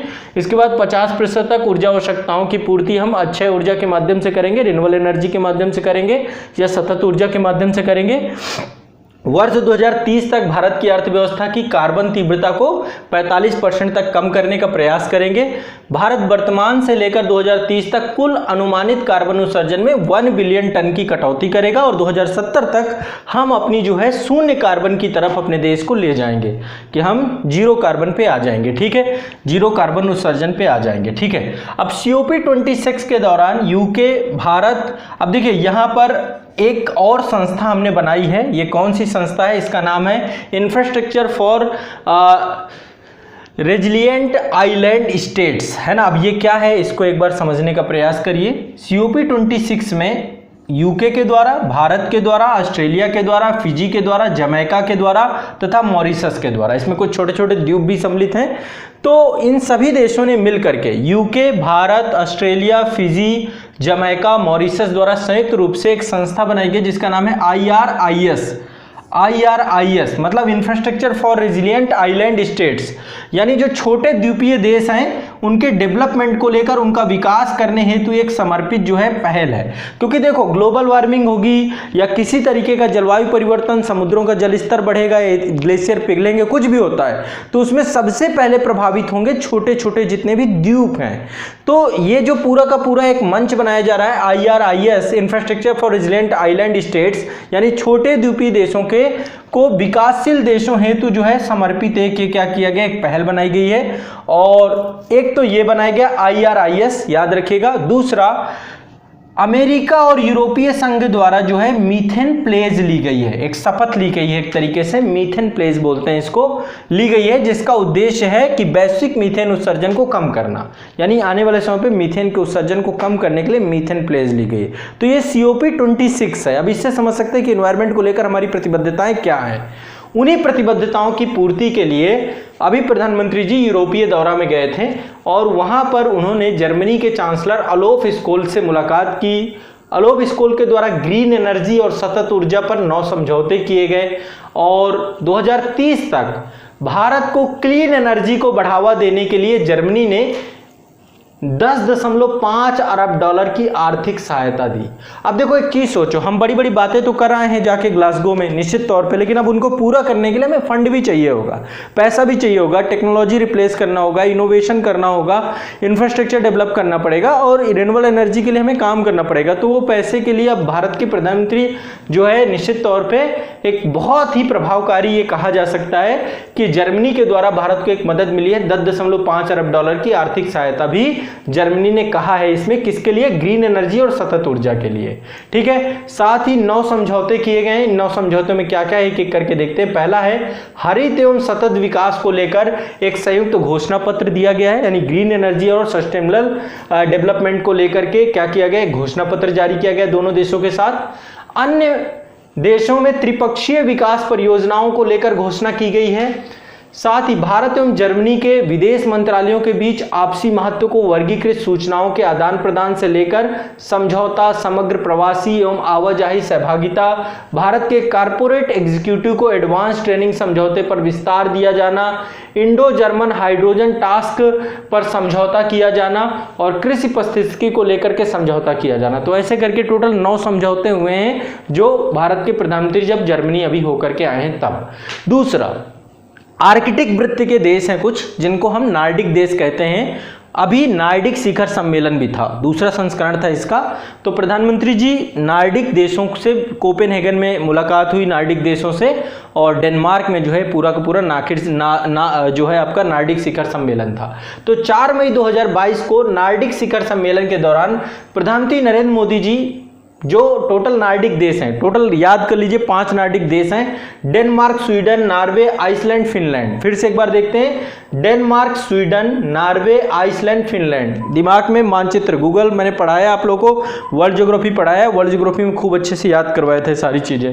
तो आपका Denmark, Sweden, Norway, Iceland, Finland के प्रधानमंत्री है ना, जो प्रधानमंत्री है डेनमार्क के प्रधानमंत्री हैं मेटफ्रेड रिक्सन, फिनलैंड के प्रधानमंत्री हैं सना मरीन, आइसलैंड के प्रधानमंत्री हैं कैटरीन जोको वेस्टोडियर, स्वीडन के प्रधानमंत्री हैं मैग्डोलेना एंडरसन और नॉर्वे के प्रधानमंत्री हैं जोनास स्टोर। ठीक है, इनसे मुलाकात की। ठीक है, जितने भी 5 देशों के प्रधानमंत्री सबसे मुलाकात हुई और इस दौरान जो है यूक्रेन संकट को मानवीय त्रासदी करार देते हुए वहां मारे गए नागरिकों के लिए गहरा दुख व्यक्त किया गया। निश्चित तौर पे मानवता के लिए एक बड़ा धब्बा है ये युद्ध, यूक्रेन संकट। तो मानवीय त्रासदी करार दिया गया पहले इसे, और वहां पे जितने लोग भी जो नागरिक वहां पे मारे गए हैं या जो नागरिकों का पलायन हुआ है, जो उनकी स्थिति दयनीय हुई है, उसको लेकर के दुख व्यक्त किया गया। रसिया यूक्रेन युद्ध मैंने पिछले वीडियो में डिस्कस कर रखा है बहुत डिटेल से। ठीक है, और इसके बाद जो है आपको पता है कि ये आर्कटिक देश हैं, आर्कटिक वृत्त के पास ये देश अवस्थित हैं। तो भारत आर्कटिक क्षेत्र में अनुसंधान को लेकर काफी सक्रिय है। ऐसे में इन देशों के साथ जुड़ाव बहुत महत्वपूर्ण बन जाता है हमारे लिए। पहला भारत नार्डिक शिखर सम्मेलन जो है स्टॉकहोम्स में था, स्वीडन की राजधानी है स्टॉकहोम्स, और डेनमार्क की राजधानी कोपेनहेगन में ये वाला जो आपका दूसरा था। ठीक है, तो ये आपको ध्यान रखना है। अब यहाँ के बाद 4 मई को ही प्रधानमंत्री जो है एक संक्षिप्त कार्य यात्रा में पहुंचे। कहाँ पे? पेरिस, फ्रांस की राजधानी है पेरिस। यहाँ का इन्होंने दौरा किया। ठीक है, तो एक अभी विजिट थी प्रधानमंत्री जी की फ्रांस में, तो एक संक्षिप्त कार्य योजना वर्किंग विजिट थी। वर्किंग विजिट में प्रधानमंत्री जो है पेरिस पहुंचते हैं और पेरिस के जो फ्रांस के राष्ट्रपति इमैनुअल मैक्रों के द्वारा बड़े गर्मजोशी के साथ स्वागत किया गया। वो इमेज आप लोगों ने देखी होगी जिसमें दोनों एक दूसरे के गले मिल रहे हैं, प्रधानमंत्री दोनों देशों के, और बड़ी जो है वो सराहना भी हुई। तो एक तरीके से फ्रांस हमारा एक अच्छा मित्र है और हमेशा जो है भारत की हर तरीके से मदद लगातार कर रहा है। तो पेरिस फ्रांस का दौरा किया और पेरिस में प्रधानमंत्री मोदी एवं फ्रांस के राष्ट्रपति इमैनुअल मैक्रों के मध्य प्रतिनिधि मंडल स्तर की वार्ता संपन्न हुई। और भारत फ्रांस 1998 से रणनीतिक भागीदार हैं एक दूसरे के, मतलब हम अपने कूटनीतिक संबंधों को रणनीतिक संबंधों तक ले जा चुके हैं। ठीक है, और इसके बाद जो है पेरिस बुक फेस्टिवल 2022 में भारत को गेस्ट ऑफ ऑनर का दर्जा दिया गया और नई दिल्ली में भी विश्व पुस्तक मेला जो अब होगा अगला संस्करण जो आपका, उसमें फ्रांस को गेस्ट ऑफ ऑनर दिया जाएगा। तो वहां पर पेरिस बुक फेस्टिवल में भारत को गेस्ट ऑफ ऑनर का भी दर्जा दिया गया। ठीक है, तो ये आपको ध्यान रखना है। अभी फ्रांस भी होकर के आए हैं, तो ये आपके जर्मनी हो गया, नॉर्डिक देश हो गए और आपका फ्रांस की यात्रा हो गई। इसके बाद अभी मॉरिशस के जो प्रधानमंत्री थे जिनका नाम है प्रविंद कुमार जगन्नाथ, वो भारत आए थे, है ना। 17 से 24 अप्रैल 2022 के मध्य मॉरिशस के प्रधानमंत्री प्रविंद कुमार जगन्नाथ, बहुत इंपॉर्टेंट है, ध्यान रखिएगा, मॉरिशस हमारे लिए भारतीय मूल के लोग बहुत सारी संख्या में वहां पर रहते हैं। तो प्रविंद कुमार जगन्नाथ एक आधिकारिक यात्रा पर भारत आए और 19 अप्रैल 2022 को मॉरिशस के पीएम तथा WHO के जो महानिदेशक हैं जिनका नाम है, याद रखिएगा, टेड्रोस घेब्रेयेसस। ठीक है, WHO के महानिदेशक टेड्रोस घेब्रेयेसस, ध्यान रखिएगा। तो इनकी उपस्थिति में प्रधानमंत्री नरेंद्र मोदी जी के द्वारा जामनगर गुजरात में WHO का global centre for traditional medicine, है ना, पारंपरिक चिकित्सा के लिए एक ग्लोबल सेंटर बनाया गया है। ठीक है, ध्यान रखिएगा, बहुत इंपॉर्टेंट है। जामनगर गुजरात में WHO के द्वारा जो है global centre for traditional medicine की आधारशिला रखी गई है और ये global centre for traditional medicine जो आपका है विश्व में पारंपरिक चिकित्सा के लिए पहला और एकमात्र जो है वैज्ञानिक आउटपोस्ट के तौर पे ये डेवलप होगा, एक केंद्र बिंदु बनेगा इसका। ये जो है आयुष मंत्रालय के अधीन स्थापित किया गया है और केंद्र भारत सरकार द्वारा लगभग $250 मिलियन के निवेश के साथ जो है इसको स्थापित किए जाने का प्रयास है। ठीक है, और तो ये आपको एक ध्यान रखना है, क्या बनाया गया है आपका global centre for traditional medicine, कहाँ पे, जामनगर पे। ठीक है, तो उसमें प्रविंद कुमार जगन्नाथ सम्मिलित थे। इसके साथ ही जो है मॉरिशस के जो प्रधानमंत्री हैं प्रविंद कुमार जगन्नाथ, वो जो है सम्मिलित होते हैं कहाँ पर, वैश्विक आयुष निवेश एवं नवोन्मेष शिखर सम्मेलन 2022 में। किसमें सम्मिलित होते हैं, पहले वैश्विक आयुष निवेश तथा नवोन्मेष शिखर सम्मेलन 2022 में। ठीक है, ये पहुंचते हैं और इस शिखर सम्मेलन का आयोजन जो है अप्रैल 2022 के मध्य जो है महात्मा गांधीनगर गुजरात में संपन्न हुआ था। ठीक है, कहाँ पे संपन्न हुआ, महात्मा गांधीनगर गुजरात में संपन्न हुआ। इस सम्मेलन में सतत विकास लक्ष्य का जो है इसके अंतर्गत स्वास्थ्य एवं कल्याण को बढ़ावा देने के अनुसरण में इसको आयोजित किया गया। ठीक है, इस सम्मेलन को SDG 3 के अंतर्गत अच्छा स्वास्थ्य और गरीब कल्याण को, स्वास्थ्य कल्याण को बढ़ावा देने के लिए ये पूरा का पूरा प्रारंभ किया गया था। ये एक सम्मेलन हुआ, पहला वैश्विक आयुष निवेश एवं नवोन्मेष शिखर सम्मेलन 2022, ये फर्स्ट टाइम हुआ था। उद्देश्य क्या था इसका, स्वास्थ्य एवं कल्याण को बढ़ावा देना। अभी इसमें मॉरिशस प्रधानमंत्री भी सम्मिलित हुए थे। तो ये आपको ध्यान रखिएगा, भारत मॉरिशस बहुत अच्छे संबंध है, बहुत बड़ा जो है हमारा ये रेमिटेंस, बहुत FDI रेमिटेंस सब बड़ी मात्रा में जो है मॉरिशस से भारत की तरफ आता है। नेक्स्ट है भारत और यूके के संबंध। अभी आपको पता होगा कि 21 से 22 अप्रैल को यूके के प्रधानमंत्री बोरिस जॉनसन जी भारत आए थे। एक आधिकारिक यात्रा इन्होंने की थी भारत की। अभी देखिए लगातार जब से रशिया यूक्रेन युद्ध चल रहा है, विश्व के बड़े बड़े जितने राष्ट्राध्यक्ष हैं या डिप्लोमेट हैं या फिर विदेश मंत्री हैं, सब भारत आ रहे हैं। कारण क्या है, भारत एक बहुत बहुत महत्वपूर्ण देश बन गया इस समय अंतर्राष्ट्रीय राजनीति में, जो रसिया और यूक्रेन युद्ध में इसको समाप्त करने में एक बड़ी भूमिका निभा सकता है। ठीक है, तो एक कारण तो ये है, और दूसरा, जैसा कि हमारी विश्व की सबसे तेजी से बढ़ती हुई अर्थव्यवस्था है, तो विश्व के आर्थिक संकट से, खाद्यान्न संकट से या विभिन्न प्रकार की समस्याओं के निजात से भी भारत ही एकमात्र देश है जो निस्वार्थ भाव से दूसरे देशों की सहायता के लिए लगा हुआ है। चाइना वगैरह बड़े देश तो हैं, लेकिन निश्चित तौर पे वो अपने स्वार्थों की पूर्ति हर जगह पे जाके करता है। तो भारत एक बड़ा विश्वसनीय देश बनकर के उभरा है। तो 21 से 22 अप्रैल 2022 को यूके के प्रधानमंत्री बोरिस जॉनसन भारत की यात्रा पे आए, और इन्होंने अपनी यात्रा गुजरात से प्रारंभ की थी 21 अप्रैल 2022 को, और सबसे पहले अहमदाबाद गए थे, साबरमती आश्रम में एक जो है यहाँ पे मसवर इंडस्ट्रियल एस्टेट गए पहले, फिर इसके बाद बड़ोदरा में जेसीबी प्लांट है वहाँ गए। जेसीबी का तो अपना ही जलवा है, आपको पता है, बुलडोजर का है ना, बुलडोजर बनाती है ना जेसीबी, अपने आप में जेसीबी मशीन का अपना ही आनंद है आज के टाइम पे। उत्तर प्रदेश में तो निश्चित तौर पर, उत्तर प्रदेश का हर जगह अब जेसीबी का डर है। ठीक है, गिफ्ट सिटी गांधीनगर स्थित गुजरात जैव प्रौद्योगिकी भी गए ये, है ना। तो गिफ्ट सिटी गए, गुजरात में गुजरात जैव प्रौद्योगिकी विश्वविद्यालय है वहाँ का भी दौरा किया। तो गुजरात एक तरीके से अब देखेंगे आप, पिछले कई वर्षों से, जब से मौजूदा प्रधानमंत्री चूंकि गुजरात से हैं, तो गुजरात पूरे विश्व का केंद्र बिंदु भी बनता जा रहा है। चाहे वो चीन के प्रधानमंत्री आए, चाहे अभी ब्रिटेन के प्रधानमंत्री आए, बड़े बड़े जितने राष्ट्राध्यक्ष आते हैं गुजरात जरूर जाते हैं, है ना। तो ये दिखाता है कि आने वाले समय पे गुजरात एक बड़ा केंद्र बिंदु बनने जा रहा है। तो पहले जो है बोरिस जॉनसन जी गुजरात की यात्रा प्रारंभ की, फिर इसके बाद जो है वो पहले साबरमती आश्रम गए, फिर मर्सड इंडस्ट्रियल इस्टेट गए, फिर बड़ोदरा स्थित जेसीबी प्लांट गए, गिफ्ट सिटी गांधीनगर गए गुजरात में, और जैव प्रौद्योगिकी विश्वविद्यालय का भी दौरा किया जो गुजरात में है। तो इसके बाद दोनों देश द्विपक्षीय संबंधों की स्थापना की 75वीं वर्षगांठ जो है मना रहे हैं, 75 साल पूरे हो रहे हैं, है ना। भारत देश को आज़ाद हुए, और दोनों देशों का एक दूसरे से जुड़ाव, दोनों देशों द्वारा संयुक्त वक्तव्य के अंतिम साइबर सहयोग पर एक पृथक वक्तव्य जारी किया, यानी कि साइबर सिक्योरिटी पर दोनों देशों ने आपस में वक्तव्य जारी किया। बहुत सारे इसमें memorandum of understanding MOU sign किए गए, बहुत सारे जो है विभिन्न समझौते इसमें साइन किए गए। तो एक तो साइबर सहयोग को लेकर के आपस में बात की गई।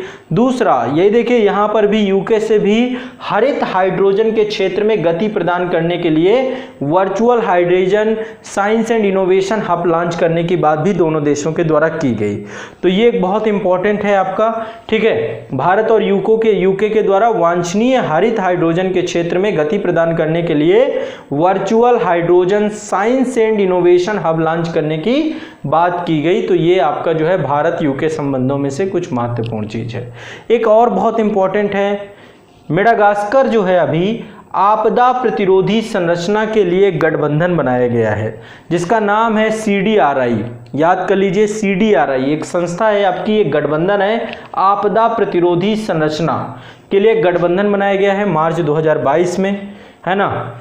ये एक तरीके से एक कोलिजन बनाया गया है, coalition for disaster resilient and infrastructure को लेकर के पूरा काम किया गया है CDRI।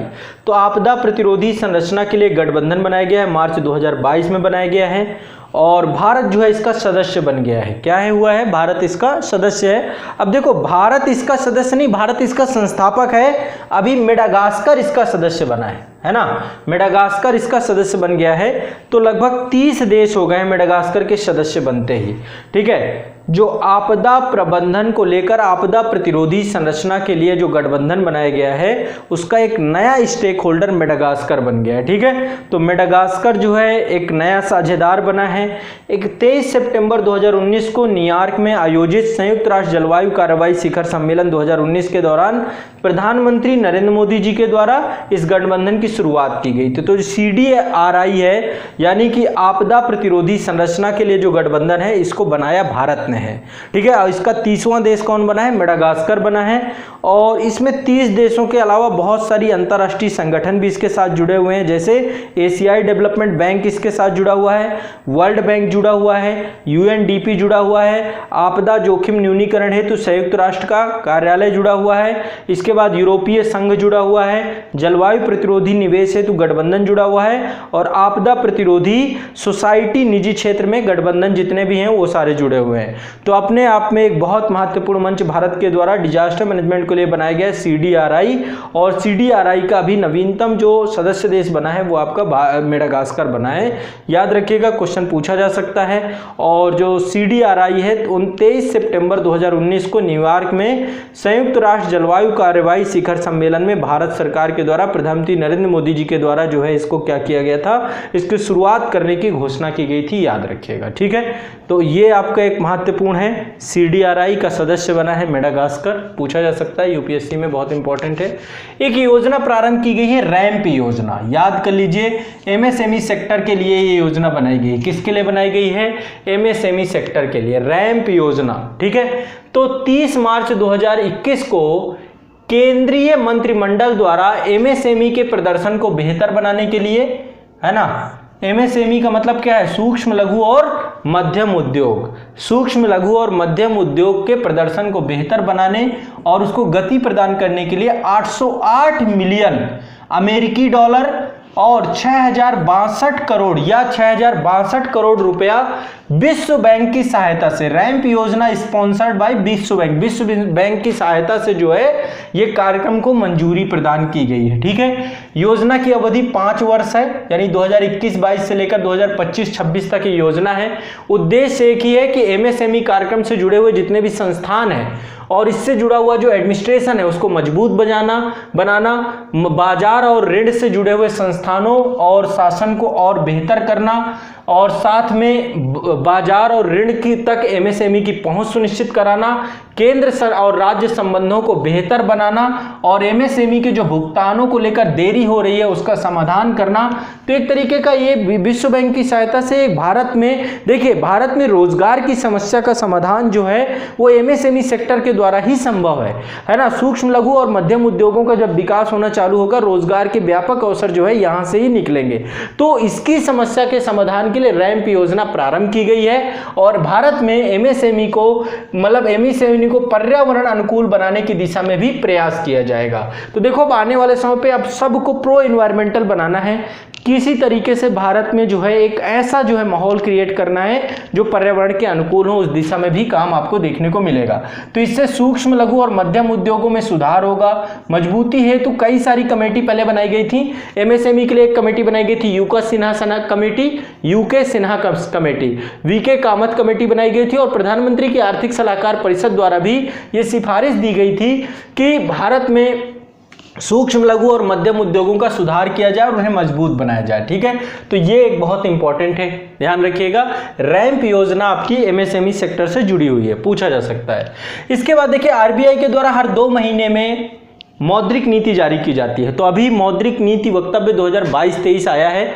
4 मई 2022 को RBI के गवर्नर शक्तिकांत दास जी की अध्यक्षता में जो मौद्रिक नीति की कमेटी है, उस कमेटी के द्वारा जो है मौद्रिक वक्तव्य 2022-23 जारी किया गया है। ठीक है, अब देखो, मौद्रिक वक्तव्य के अंतर्गत देखिए, देश के आर्थिक विकास को बढ़ाने के लिए या देश में महंगाई का स्तर क्या है, इन सब चीजों को ध्यान में रखते हुए RBI के द्वारा देश के आर्थिक विकास को संवर्धित करने के लिए क्या किया जाता है? मौद्रिक वक्तव्य जारी किया जाता है। ठीक है, मौद्रिक वक्तव्य या मौद्रिक नीति, मॉनेटरी पॉलिसी जो है जारी की जाती है।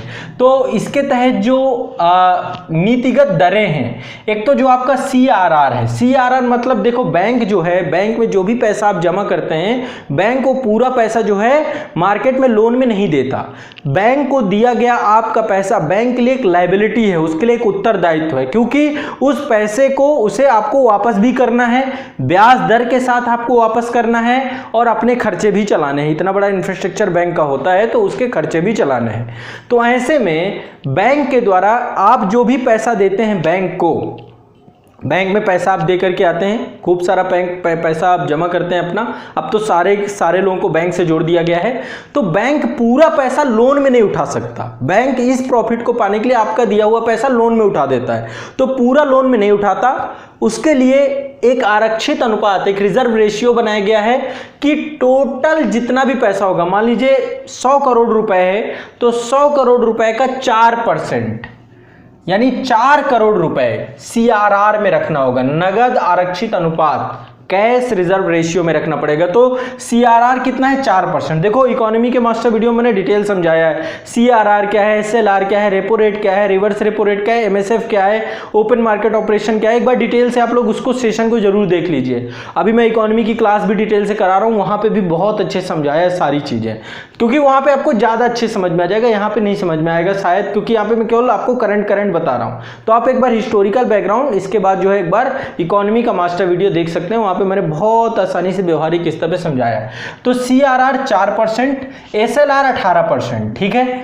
लेकिन जो चलनिधि समायोजन सुविधा है यानी LAF है, जिसके तहत लिक्विडिटी जो एडजस्टमेंट फैसिलिटी है, उसके तहत LAF के तहत नीतिगत दरों में परिवर्तन किया गया है। रेपो रेट बढ़ा दिया गया है। रेपो रेट पहले 4% होता था, अब उसे 4.4% कर दिया गया है, ठीक है। रेपो रेट अल्पावधि, एक तरीके से अल्पावधि ऋण होता है जो कि बैंकों द्वारा RBI से लिया जाता है।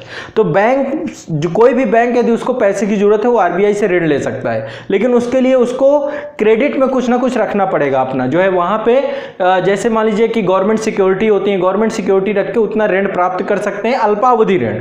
दीर्घावधि ऋण के लिए फिर बैंक रेट पे जाना पड़ता है, उसके लिए बैंक रेट होता है।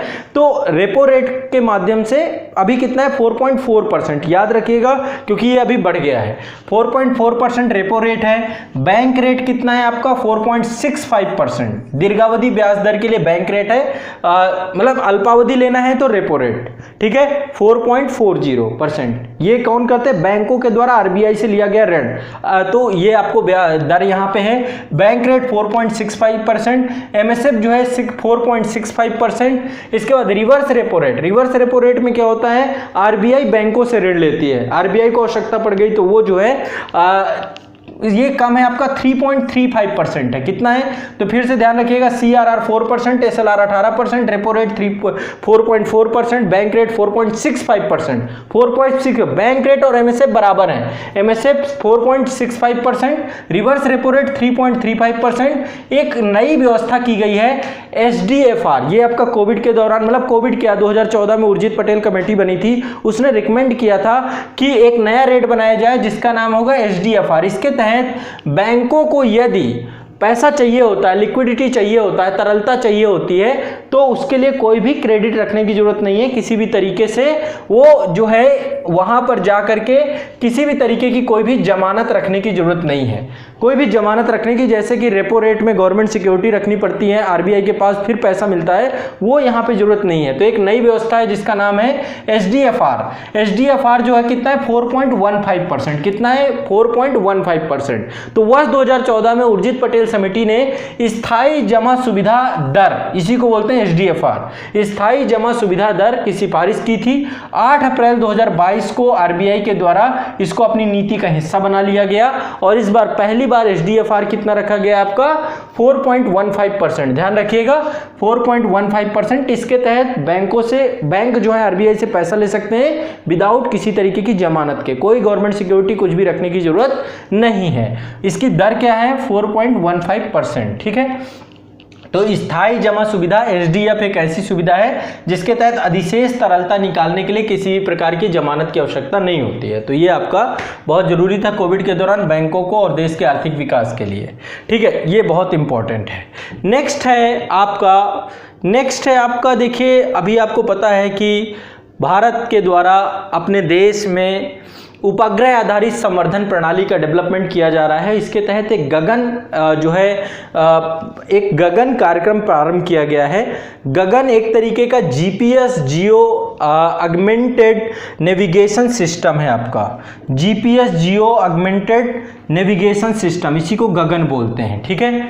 तो 28 अप्रैल 2022 को, याद रखिएगा बहुत महत्वपूर्ण है, 28 अप्रैल 2022 को भारतीय विमानपत्तन प्राधिकरण, ये एक रेगुलेशन अथॉरिटी AI बोलते हैं, इसके द्वारा गगन प्रणाली का सफलतापूर्वक उड़ान परीक्षण कर लिया गया, ठीक है। उड़ान परीक्षण में किशनगढ़ हवाई अड्डे राजस्थान से किया गया। कहाँ किया गया? किशनगढ़ हवाई अड्डे राजस्थान से किया गया। तो भारत ने सफलतापूर्वक अपनी गगन उड़ान का परीक्षण किया है। गगन ये आपका जितने भी आपके वायुयान ये सारे उड़ते हैं, इसके लिए भारत के द्वारा उपग्रह आधारित संवर्धन प्रणाली डेवलप की गई है, एक तरीके का जीपीएस नेविगेटर है ये। तो GPS geo augmented navigation system develop किया गया है और भारत विश्व का चौथा देश बन गया है जिसके पास ये सिस्टम है। गगन भारत का है, WAAS वास ये अमेरिका का है, इसके बाद EGNOS इग्नोस यूरोप का है और MSAS जापान का है। तो टोटल 4 देशों के पास है, 4 में भारत भी सम्मिलित हो चुका है। तो ये जो जितने भी आप देखते हैं वायुयान या जो भी उड़ रहे हैं उन सब के लिए जो नेविगेटर के तौर पे तो गगन प्रणाली, और पहला जो आपका इसमें ये जो आपका एक तरीके से पहला जो इसमें इंडिगो एयरलाइन बनी है पहली, जिसके द्वारा नेविगेशन सिस्टम गगन का उपयोग किया गया है। तो इंडिगो एयरलाइन पहली नेविगेशन सिस्टम बना है और किशनगढ़ हवाई अड्डे राजस्थान में जो है इसका सफल परीक्षण किया गया है। ध्यान रखिएगा, बहुत इंपॉर्टेंट है, ठीक है, बहुत इंपॉर्टेंट है, इससे प्रश्न पूछा जाएगा आपका गगन से। तो ये एक तरीके का GPS geo augmented navigation system है जो कि आपका जो है उपग्रह आधारित संवर्धन प्रणाली से जुड़ा हुआ है, ठीक है। तो भारतीय उपग्रह आधारित संवर्धन प्रणाली सैटेलाइट बेस एगमेंटेशन सिस्टम के तौर पे काम कर रहा है। इसको जो है भारतीय विमानपत्तन प्राधिकरण और इसरो इन दोनों ने मिल करके डेवलप किया है। भारतीय विमानपत्तन प्राधिकरण और इसरो इन दोनों के द्वारा संयुक्त रूप से विकसित किया गया है। यह भूमध्य रेखीय क्षेत्र में भारत तथा पड़ोसी देशों के लिए निर्मित अपनी तरह की प्रणाली का एक तरीके की प्रणाली है और विश्व में केवल 4 देश, जैसा कि मैंने बताया कि इस तरीके की संवर्धन प्रणाली उनके पास है। भारत की प्रणाली को हम गगन के नाम से जानते हैं, अमेरिका में वास है, इग्नोस आपका यूरोप में है और MSAS जो है जापान में है। तो 4 जो है टोटल अभी प्रणाली है ये, ठीक है। तो ध्यान रखिएगा, बहुत इंपॉर्टेंट है ये भी। इसके बाद भारतीय अंतरिक्ष संघ बनाया गया है। 11 अक्टूबर 2021 को प्रधानमंत्री जी के द्वारा भारतीय अंतरिक्ष संघ का शुभारंभ किया गया है। क्या बनाया गया है? भारतीय अंतरिक्ष संघ का शुभारंभ किया गया है। यह जो है जो संघ बनाया गया है, यह अंतरिक्ष तथा उपग्रह कंपनियों का एक अग्रणी उद्योग संघ है। ये क्या है? एक उद्योग संघ बनाया गया है। इसके टैगलाइन क्या है? भूमंडल से ब्रह्मांड तक। क्या है टैगलाइन? भूमंडल से ब्रह्मांड तक। इसका उद्देश्य क्या है? भारत के अंतरिक्ष उद्योग का विकास करना। क्या करना? भारत के अंतरिक्ष उद्योग को गति प्रदान करना और इस क्षेत्र में अग्रणी प्रतिभागी बनना। तो आने वाले समय पे जैसे अभी इसरो के द्वारा किया जा रहा है बड़े स्तर पे एंट्रिक्स जो है या विश्व की विभिन्न सैटेलाइटों को हम, तो अब भी भारत के द्वारा निजी, भारत सरकार और निजी क्षेत्र की जो कंपनियां हैं सबको साथ में जोड़ करके अंतरिक्ष उद्योग में एक बड़ी जो है, तो इसी के लिए भारतीय अंतरिक्ष संघ का शुभारंभ किया गया है और यह अंतरिक्ष तथा उपग्रह कंपनियों की अग्रणी संस्थाओं का एक उद्योग संघ है जिसकी टैगलाइन है भूमंडल से ब्रह्मांड तक। उद्देश्य है भारत को अंतरिक्ष उद्योग के क्षेत्र में गति प्रदान करना और इस क्षेत्र में देश को अग्रणी प्रतिभागी बनाना और इस संघ में अंतरिक्ष तथा उपग्रह प्रौद्योगिकी में उन्नत क्षमताओं को लैस कर अग्रणी और घरेलू वैश्विक कंपनियों का प्रतिनिधित्व होगा। संस्थापक सदस्यों की बात करें तो इसमें लार्सन एंड टुब्रो है, L&T बहुत बड़ी कंपनी है कंस्ट्रक्शन लाइन की, नेल्को है टाटा समूह की, वन वेब है, भारतीय एयरटेल है, इसमें मैप माई इंडिया है, वाल चंदर और इंडस्ट्रीज है और अनंत टेक्नोलॉजीज लिमिटेड है। तो सार्वजनिक क्षेत्र और निजी क्षेत्र दोनों को सहभागिता से भारत को अंतरिक्ष उद्योग में बेहतर बनाने के लिए पूरा का पूरा एक मंच बनाया गया, ठीक है। कुछ प्रमुख सूचकांक है, सूचकांकों की लिस्ट पिछले वीडियो में बहुत डिटेल में है। अभी कुछ नए सूचकांक जो आए हैं इनको याद कर लीजिए, ये इंपॉर्टेंट भी है। पहला है विश्व प्रेस स्वतंत्रता सूचकांक। विश्व प्रेस स्वतंत्रता सूचकांक में ये आपका एक फ्रांसीसी एनजीओ है। विश्व प्रेस स्वतंत्रता सूचकांक 2022 जारी किया गया है, ठीक है। ये प्रेस की फ्रीडम को बताता है, भारत में जैसे जर्नलिज्म या मीडिया की क्या कितनी फ्रीडम है, तो आप देखेंगे भारत की बहुत बुरी स्थिति है इसमें। तो विश्व प्रेस स्वतंत्रता सूचकांक, कहाँ पे मीडिया को कितनी फ्रीडम है, तो फ्रांसीसी एक एनजीओ है जिसका नाम है रिपोर्टर्स विदाउट द बॉर्डर्स, इसके द्वारा ये जारी किया गया है। रिपोर्टर्स विदाउट बॉर्डर्स के द्वारा जारी किया गया है, जिसमें नंबर 1 नार्वे है, नंबर 1 नार्वे है, ठीक है। और भारत का स्थान 150वां है। क्या है? भारत का स्थान 150वां है। भारत का स्थान 150वां है, पिछले साल 141वां था, इस साल स्थिति और बुरी हो गई। तो प्रेस की स्थिति बद से बदतर है, जो कि लोकतंत्र का चौथा स्तंभ कहा जाता है। तो प्रेस की स्वतंत्रता आपको तो पता ही है कि मीडिया के क्या हाल है ना। तो विश्व प्रेस स्वतंत्रता सूचकांक 2022 में भारत की स्थिति 150 है। टोटल 180 देश थे, 180 देश में अब समझिए 180 देशों में हम 150वें नंबर पे हैं, कितना बुरा लगता है। नॉर्वे नंबर 1 है, ठीक है, नॉर्वे नंबर 1 है। इसके बाद दूसरा विश्व प्रसन्नता रिपोर्ट 2022। विश्व प्रसन्नता रिपोर्ट 2022 ये संयुक्त राष्ट्र पोषणीय विकास समाधान नेटवर्क के द्वारा प्रकाशित किया जाता है, जिसमें नंबर 1 में विश्व का सबसे प्रसन्न देश फिनलैंड है। भारत की रैंक बहुत बुरी है, 136वीं है। 2021 में 139वीं थी, इस बार 136वीं है, ठीक है। तो ये आपको ध्यान रखना है, भारत की रैंक 139वीं थी पिछले साल 2021 में, 2022 में कितनी है, 136वीं। नंबर 1 कौन है विश्व प्रसन्नता रिपोर्ट में? फिनलैंड, 5वीं बार लगातार है, 5वीं बार लगातार है, ध्यान रखिएगा, बहुत इंपॉर्टेंट है ये, ठीक है। इसके बाद एक बहुत इंपॉर्टेंट है हेनले पासपोर्ट सूचकांक। ये हेनले पासपोर्ट सूचकांक किसी भी देश की पासपोर्ट की पावर को बताता है कि कितना प्रभावशाली पासपोर्ट है ना। तो ये जो है आपका हेनले पासपोर्ट सूचकांक विश्व के देशों के पासपोर्ट की रैंकिंग के आधार पर निर्धारित करता है कि पासपोर्ट कितने गंतव्यों की यात्रा बिना वीजा या बिना किसी पूर्व वीजा के हो सकती है। देखो होता क्या, आमतौर पे विश्व के बहुत सारे देश जो हैं, यदि आप वहां यात्रा करेंगे तो आपको वहां से वीजा लेना पड़ेगा, है ना। विश्व के बहुत सारे देश ऐसे हैं जहां पे भारत के लिए भारतीय यात्री हैं, यदि भारतीय आप पासपोर्ट रखते हैं तो आपको वीजा लेने की जरूरत नहीं है। लेकिन ऐसे देश बहुत ज़्यादा नहीं, लगभग 60 देश हैं।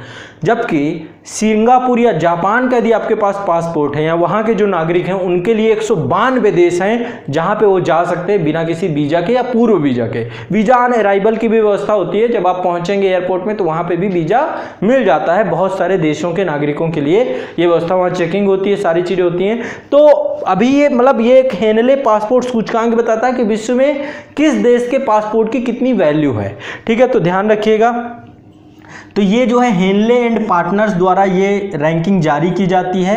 अंतर्राष्ट्रीय वायु परिवहन संघ द्वारा जो आंकड़े होते हैं उन पे आधारित है ये। जापान और सिंगापुर, इनको संयुक्त रूप से प्रथम स्थान प्राप्त हुआ है। जापान और सिंगापुर के पासपोर्ट 192 देशों में वीजा ऑन अराइवल या बिना कोई वीजा की जरूरत नहीं है, उनके लिए पूरी व्यवस्था है। भारत की बात करें तो भारत का 84वां स्थान, 84th रैंक है हमारी। बहुत बुरा हाल है अभी देखा जाए, 84वां। लगभग भारतीय पासपोर्ट जो है बिना किसी पूर्व वीजा के 60 देशों में यात्रा कर सकते हैं। कितने में कर सकते हैं? 60 देशों में यात्रा कर सकते हैं। तो बाकी जितने भी सूचकांक है पिछले वीडियो में हैं, जाके जरूर देख के जाइएगा, बिना उनके देखे मत जाइएगा, ठीक है। तो ये सूचकांक आपके कुछ महत्वपूर्ण है। मैंने आपको प्रेस फ्रीडम इंडेक्स बता दिया, इसमें भारत की 150वीं रैंक है। प्रसन्नता रिपोर्ट बता दी, भारत की जो है 136वीं रैंक है, ठीक है। नेक्स्ट है पर्यावरण के बारे में। पर्यावरण में देखो मैंने कोप को तो बता ही दिया, COP26 ग्लासगो में हुआ था इस बार के स्कॉटलैंड में। 3 सितंबर 2021 को तमिलनाडु सरकार के द्वारा देश में पहला डुगोंग संरक्षण रिजर्व की स्थापना की गई है। अब देखो ये आ जाता है यूपीएससी में, कई बार डुगोंग के बारे में पूछ लेता है कि ये कैसी प्रजाति है, संकटग्रस्त है, क्या है। तो 3 सितंबर 2021 को तमिलनाडु सरकार के द्वारा देश में पहला डुगोंग संरक्षण रिजर्व स्थापित किया गया है, इसकी घोषणा की गई है। डुगोंग संरक्षण केंद्र का क्षेत्रफल जो है वो कितना है? 500 वर्ग किलोमीटर है। कितना है? 500 वर्ग किलोमीटर इसका क्षेत्रफल है पूरा का पूरा डुगोंग। तो तमिलनाडु सरकार ने देश के पहले डुगोंग संरक्षण रिजर्व की स्थापना की घोषणा की है ना। थोड़ा सा याद रखिएगा, इंपॉर्टेंट है ये। इस डुगोंग संरक्षण केंद्र का क्षेत्रफल कितना है? 500 वर्ग किलोमीटर।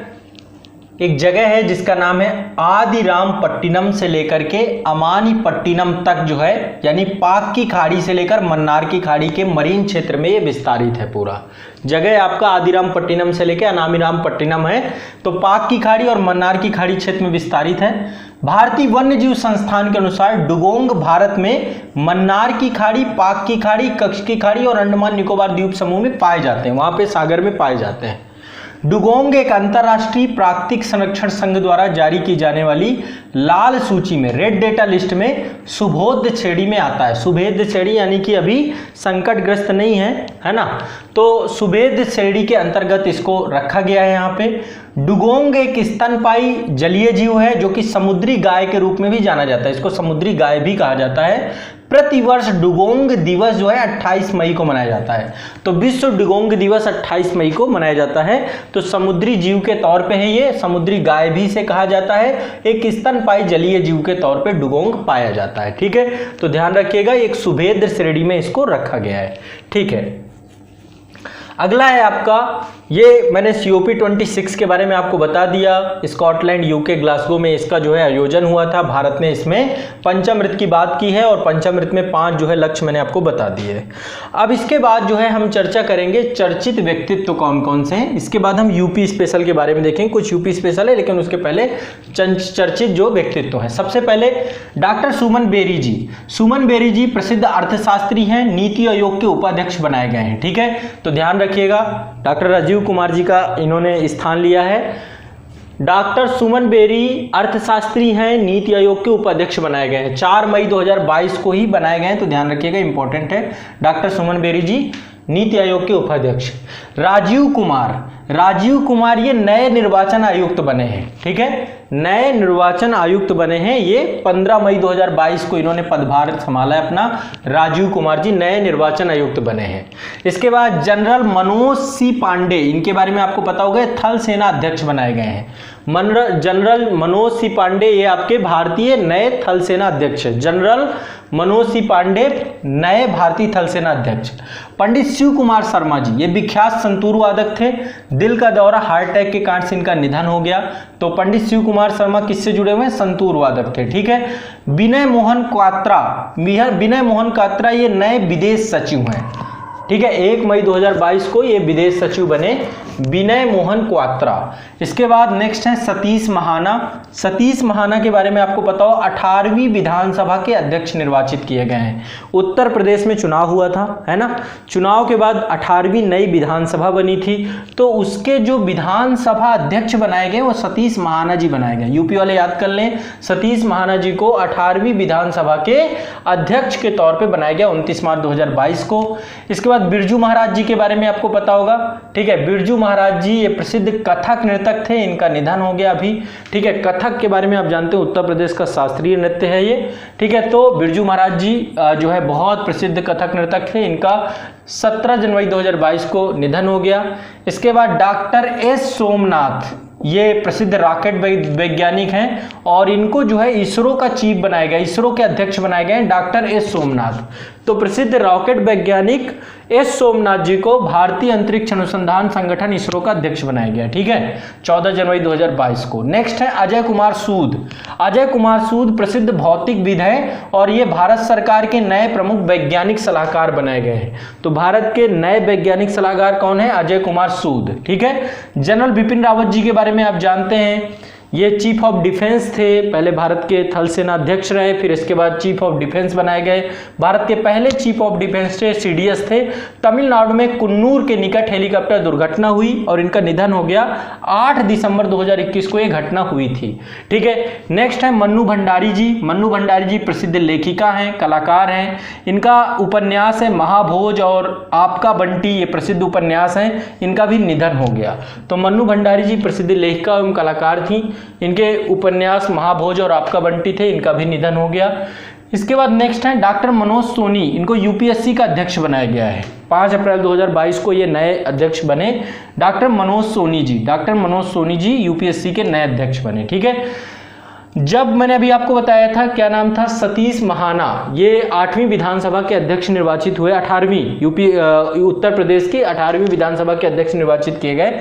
तो जब भी कोई अध्यक्ष बनाया जाता है उससे पहले प्रोटेम स्पीकर बनाया जाता है, ताकि सदस्यों को जो है अस्थायी होते प्रोटेम स्पीकर, अस्थायी अध्यक्ष के तौर पे। तो ये कौन थे? रमापति शास्त्री जी 18वीं यूपी विधानसभा के प्रोटेम स्पीकर थे ये। ठीक है, मुख्य उद्देश्य होता है जो नव निर्वाचित विधायक हैं उनको क्या करना, शपथ दिलाना। ठीक है, तो ये ध्यान रखिएगा, रमापति शास्त्री जी को प्रोटेम स्पीकर बनाया गया था। ठीक है, बाकी न्यायमूर्ति NV रमन्ना जी हैं, उच्चतम न्यायालय के वरिष्ठतम न्यायाधीश। 48वें मुख्य न्यायाधीश बनाए गए हैं ये, है ना। तो ये तो आपको पता है, अभी इनका अगस्त तक शायद कार्यकाल है। तो न्यायमूर्ति NV रमन्ना जी उच्चतम न्यायालय के मुख्य न्यायाधीश 48वें मुख्य न्यायाधीश हैं, संख्या भी याद पूछ लेता है कई बार, तो 48वें मुख्य न्यायाधीश बनाए गए हैं। भूपेंद्र पटेल जी गुजरात के 17वें मुख्यमंत्री के रूप में हैं, ठीक है, गुजरात के 17वें मुख्यमंत्री हैं भूपेंद्र पटेल जी। इसके बाद नेक्स्ट हैं बासवराज बोम्मई, कर्नाटक के नए मुख्यमंत्री बनाए गए हैं ये, बासवराज बोम्मई कर्नाटक के नए मुख्यमंत्री। नेक्स्ट हैं शांतनु नारायण, शांतनु नारायण भारतीय मूल के हैं, IBM के CEO बनाए गए हैं, है ना, मुख्य कार्यकारी अधिकारी और वहाँ के अध्यक्ष बनाए गए हैं। तो शांतनु नारायण जो है भारतीय मूल के IBM के अध्यक्ष और मुख्य कार्यकारी अधिकारी रहे हैं। इसके बाद नेक्स्ट हैं केटेंजी ब्राउन जैक्सन, बहुत इंपॉर्टेंट है ये, केटेंजी ब्राउन जैक्सन, ये अमेरिकी सुप्रीम कोर्ट में पहले अश्वेत महिला न्यायाधीश बनी है। केटेंजी ब्राउन जैक्सन, वुमेन एम्पावरमेंट, है ना, अमेरिकी सुप्रीम कोर्ट में पहली अश्वेत महिला न्यायाधीश के तौर पे बनी है। समझिए अमेरिका जैसे देशों में ये स्थिति है, वहाँ पे रंग भेद को लेकर के बहुत सारी चीज़ें हैं। तो केटेंजी ब्राउन जैक्सन अमेरिकी सुप्रीम कोर्ट की पहले अश्वेत महिला न्यायाधीश बनी है। रानिल विक्रमसिंघे जी के बारे में आपको पता होगा, अभी जैसा कि श्रीलंका में आपको पता है आपातकाल लग गया, वित्तीय स्थिति बहुत बिगड़ गई, तो श्रीलंका में जो मौजूदा वहाँ के प्रधानमंत्री थे उनको इस्तीफा देना पड़ा अपने पद से। तो रानिल विक्रमसिंघे जो है श्रीलंका के नए प्रधानमंत्री बने हैं। कौन है? श्रीलंका के नए प्रधानमंत्री रानिल विक्रमसिंघे जी बने हैं। इसके बाद शहबाज शरीफ के बारे में आपने नाम सुना होगा, शहबाज शरीफ पाकिस्तान के 23वें प्रधानमंत्री बने हैं, है ना, जो इमरान खान थे उनको जो है पदच्युत कर दिया गया, है ना। तो पाकिस्तान के 23वें प्रधानमंत्री शहबाज शरीफ बने हैं। पराग अग्रवाल जो है ये ट्विटर के नए CEO बने हैं, है ना, भारतीय मूल के हैं, ट्विटर के नए CEO बनाए गए हैं, है ना, मुख्य कार्यकारी अधिकारी बनाए गए हैं पराग अग्रवाल। और अरविंद कृष्णा ये पाओ अल्टो के CEO बनाए गए हैं, पाओ अल्टो के CEO हैं आपके अरविंद कृष्णा, ठीक है, पहले IBM में थे, अब जो है ये पाओ अल्टो के CEO हैं। तो ये आपको कुछ याद रखना है। मोस्ट इंपॉर्टेंट सेक्शन ये है आयोजन, जैसे कि G20 शिखर सम्मेलन 2021 का आयोजन, ये 16वां था आपका G20 शिखर सम्मेलन, रोम इटली में हुआ। G20 शिखर सम्मेलन 2021 कहाँ पे आयोजित हुआ? रोम इटली में, ठीक है। G20 शिखर सम्मेलन 2022 17वां सम्मेलन होगा, ये बाली इंडोनेशिया में होना है। और उससे भी ज्यादा इंपॉर्टेंट है G20 शिखर सम्मेलन 2023 18वां है, ये भारत में होगा। पहली बार भारत में 2023 में G20 का शिखर सम्मेलन होना है, याद रखिएगा, बहुत इंपॉर्टेंट है। इसके बाद चौथा अंतरराष्ट्रीय सौर गठबंधन, ये वर्चुअल मनाया गया है। अंतरराष्ट्रीय सौर गठबंधन के बारे में आपको पता है कि भारत के द्वारा ही इसको बनाया गया है ना। तो गुरुग्राम में जो है इसका कार्यालय भी है, ऑफिस भी है, सारी चीजें हैं, मुख्यालय है इसका। तो चौथा अंतरराष्ट्रीय सौर गठबंधन ये वर्चुअल माध्यम से हुआ 18 से 21 अक्टूबर 2022 के तक। इसके बाद 12 दिवसीय हुनर हाट का आयोजन किया गया था मुंबई में, है ना, 16 से 27 अप्रैल 2022 तक। इसके बाद 21वां SCO का शिखर सम्मेलन, संघाई सहयोग संगठन का सम्मेलन 2021 का दुशांबे में हुआ था। दुशांबे तजाकिस्तान में, तजाकिस्तान की राजधानी है, ठीक है, तजाकिस्तान की अध्यक्षता में ही हुआ था। नेक्स्ट है आपका SCO की स्थायी सदस्यता प्रदान करने के लिए इसमें ईरान को भी, मतलब SCO का स्थायी सदस्य बनाने को लेकर सहमति प्रदान की गई। इसमें 8 पूर्णकालिक सदस्य हैं, अभी ईरान बाद में जुड़ जाएगा, प्रोसीड कर दिया गया है। भारत, कजाकिस्तान, चीन, किर्गिस्तान, रूस, पाकिस्तान, तजाकिस्तान, उज्बेकिस्तान, ठीक है। तो टोटल इसमें 8 सदस्य हैं। नवा ईरान भी आपका जुड़ जाएगा SCO में, शंघाई सहयोग संगठन में। इसके पहले भारत और पाकिस्तान दोनों को सदस्यता दी गई थी, ठीक है। 13वां ब्रिक्स सम्मेलन जो है भारत की अध्यक्षता में हुआ, ये वर्चुअल हुआ था आपका 9 सितंबर 2021 को। और 47वां G7 शिखर सम्मेलन 2021 में हुआ था यूके की अध्यक्षता में। यूके की अध्यक्षता में एक जगह है कार्बिसब, ये जगह है यूके में, है ना। यह क्षेत्र 6 सेल्टिक राष्ट्रों में से एक है। और सेल्टिक राष्ट्र मतलब जो सेल्टिक भाषी क्षेत्र है ना, पश्चिमी यूरोप का सांस्कृतिक क्षेत्र, भौगोलिक क्षेत्रों का एक संग्रह है जहाँ पे सेल्टिक भाषाएं बोली जाती हैं। तो ये यूके का ही एक क्षेत्र है जिसका नाम है कार्बिसस कार्बिसब कार्नवाल यूके में अवस्थित है ये, ठीक है। तो ये आपको ध्यान रखना, ये आयोजन है G20 के पूछे जाते हैं, है ना। ये जो G7 है 47th G7 आपका यूके में हुआ था, ठीक है, ध्यान रखिएगा। इसके बाद जो है नेक्स्ट आपका जो है उत्तर प्रदेश से जुड़ा हुआ कुछ करंट अफेयर्स है। चूँकि यूपी पीसीएस का एग्ज़ाम है या फिर उत्तर प्रदेश के अन्य एग्ज़ाम हैं, यूपी लेखपाल का एग्ज़ाम है, अन्य एग्ज़ाम है, तो आप सभी के लिए भी ये बहुत महत्वपूर्ण है। जो भी यूपी का एग्ज़ाम देंगे ये करंट अफेयर्स आपके लिए काम आएंगे और बाकी का करंट अफेयर्स भी आप सभी के लिए इम्पॉर्टेंट है। तो यूपी वाले बच्चों के लिए ये लास्ट में करंट अफेयर्स का सेगमेंट है। 12 मई 2022 को NSDC इंटरनेशनल द्वारा हिंदुस्तान पोर्ट्स प्राइवेट लिमिटेड, देखो जो अन्य एग्जाम भी दे रहे हैं आप लोग भी देखिए क्योंकि ये पूछा जाएगा, ठीक है। यूपी में ये सारी चीज़ें स्थापित हुई हैं तो आपसे भी पूछा जाएगा। तो 12 मई 2022 को NSDC इंटरनेशनल द्वारा हिंदुस्तान पोर्ट्स प्राइवेट लिमिटेड के मध्य वाराणसी में स्किल इंडिया का अंतर्राष्ट्रीय केंद्र की स्थापना की गई। तो पूछा जा सकता है स्किल इंडिया का अंतर्राष्ट्रीय केंद्र कहाँ बनाया गया? बनारस में। इससे पहले भुवनेश्वर में बनाया गया था। कहाँ बनाया गया था? भुवनेश्वर उड़ीसा में, ठीक है। तो पहला स्किल इंडिया का केंद्र बनाया गया था आपका भुवनेश्वर उड़ीसा में। अभी जो बनाया गया 12 मई 2022 को NSDC इंटरनेशनल तथा हिंदुस्तान पोर्ट्स प्राइवेट लिमिटेड के द्वारा जो है वाराणसी में जो है स्किल इंडिया अंतर्राष्ट्रीय केंद्र की स्थापना की गई, ठीक है। और इसके पहले 16 अप्रैल 2022 को पहला बनाया गया था भुवनेश्वर के उड़ीसा में स्किल इंडिया अंतर्राष्ट्रीय केंद्र की स्थापना की गई थी। तो यह केंद्र अंतर्राष्ट्रीय कौशल की मांग के अनुसार जो हमारे देश के नागरिक UAE में काम कर रहे हैं, कनाडा में काम कर रहे हैं, ऑस्ट्रेलिया में काम कर रहे हैं या खाड़ी देशों में काम कर रहे हैं, वहां पे जो भी भारतीय रोजगार के लिए जा रहे हैं ऐसे युवाओं को प्रशिक्षित करने के लिए बनाया गया है। तो इंटरनेशनल स्किल इंडिया का एक पूरा का पूरा ये केंद्र बनाया जा रहा है और इस केंद्र का काम होगा जो विदेशों में जा रहे हैं हमारे देश के नागरिक, वहां पे जो स्किल की जरूरत है उसको यहाँ पर डेवलप करना, ठीक है। तो ध्यान रखिएगा बनारस में पहला भुवनेश्वर में बनाया गया, फिर दूसरा आपका बनारस में बनाया गया।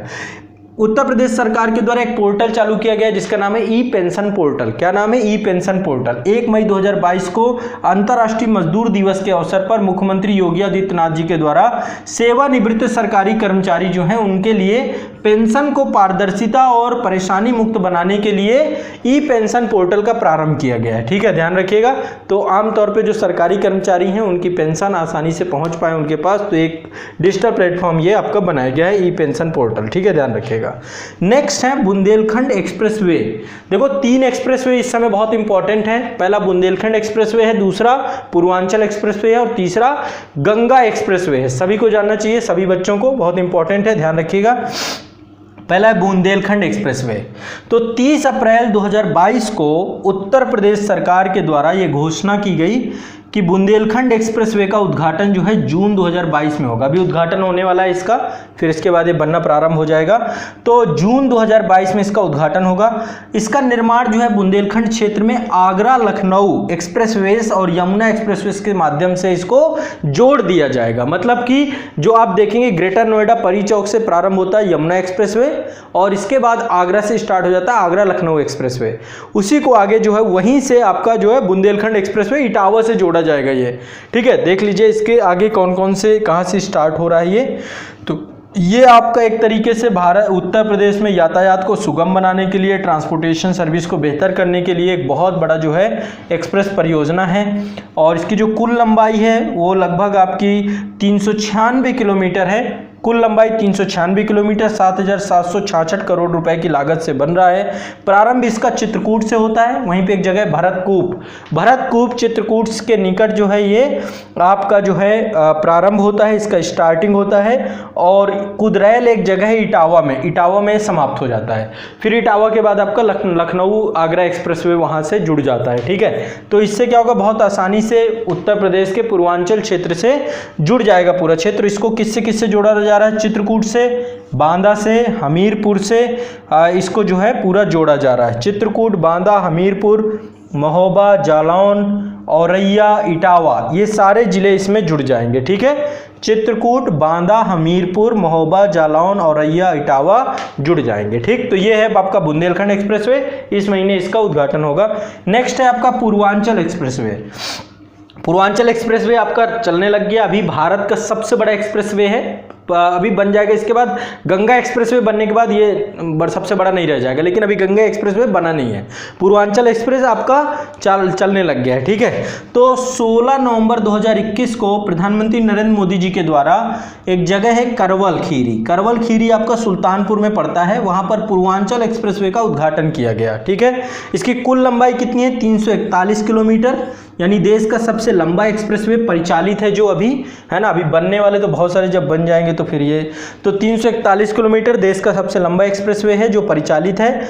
यह एक्सप्रेसवे लखनऊ जिले से प्रारंभ होता है, ठीक है। लखनऊ जिले में लखनऊ सुल्तानपुर रोड से प्रारंभ होता है, NH 331 से। वहां पर एक जगह है चांद सराय गांव, वहां से स्टार्ट होता है। लखनऊ सुल्तानपुर रोड में चांद सराय गांव से प्रारंभ होता है और इसके बाद गाजीपुर तक जाता है आपका। गाजीपुर जिले में यह आपका जो है कई सारे गांव में एक गांव है गाजीपुर जिले में, हैदरिया गांव, वहां पे जाके समाप्त हो जाता है, ठीक है। तो लगभग 9 जिलों से होकर के जा रहा है ये एक्सप्रेसवे, लखनऊ, बाराबंकी, अमेठी, सुल्तानपुर, अयोध्या, है ना, अयोध्या, अंबेडकर नगर, आजमगढ़, मऊ, गाजीपुर, ठीक है। तो ये आपको ध्यान रखना है। इसमें एक हवाई पट्टी भी बनाई गई है आपात लैंडिंग को लेकर के। तो सुल्तानपुर के कुबेरपुर गांव में लगभग 3.2 किलोमीटर लंबी हवाई पट्टी, यदि किस तरह की कोई बात हो जाती है तो आपात के लिए बनाई गई, आपात लैंडिंग के लिए। नेक्स्ट है आपका गंगा एक्सप्रेसवे। तो देखिए ये आपका पूर्वांचल एक्सप्रेस हो गया, रनिंग है, चल रहा है, उद्घाटन कर दिया गया इसका अभी चुनाव से पहले। 18 दिसंबर 2021 को प्रधानमंत्री नरेंद्र मोदी जी के द्वारा शाहजहांपुर उत्तर प्रदेश में गंगा एक्सप्रेसवे का भी उद्घाटन कर दिया गया, उसका आधारशिला रख दी गई है, ठीक है। तो आधारशिला इसकी रख दी गई है गंगा एक्सप्रेसवे की, कहाँ से? शाहजहांपुर उत्तर प्रदेश से, वहाँ से स्टार्ट हो रहा है। यह एक्सप्रेसवे पूर्वी उत्तर प्रदेश को पश्चिमी उत्तर प्रदेश से जोड़ता है, पूरा जोड़ देगा, पूर्वी से पश्चिमी, है ना, बहुत बड़े स्तर पे बन रहा है ये आपका पूरा का पूरा। तो पूर्वी उत्तर प्रदेश को पश्चिमी उत्तर, मेरठ से प्रयागराज तक जाएगा, समझो, मेरठ आपका पश्चिमी उत्तर प्रदेश और पूर्वांचल दोनों जुड़ जाएंगे आपस में, ठीक है। तो ये आपका जो है पूर्वी उत्तर प्रदेश को पश्चिमी उत्तर प्रदेश में जोड़ देगा। इसकी लंबाई 594 किलोमीटर है, कितनी है? 594 किलोमीटर। ये मेरठ जिले को लेकर के, मेरठ जिले में एक जगह है बिजौली गांव, वहां से प्रारंभ हो रहा है, और प्रयागराज जिले में एक जगह है जुड़ापुर डांडू गांव, है ना, वहां पर जाकर ये समाप्त हो जाएगा। तो उत्तर प्रदेश एक्सप्रेस औद्योगिक विकास प्राधिकरण, है ना, इसकी नोडल एजेंसी है ना।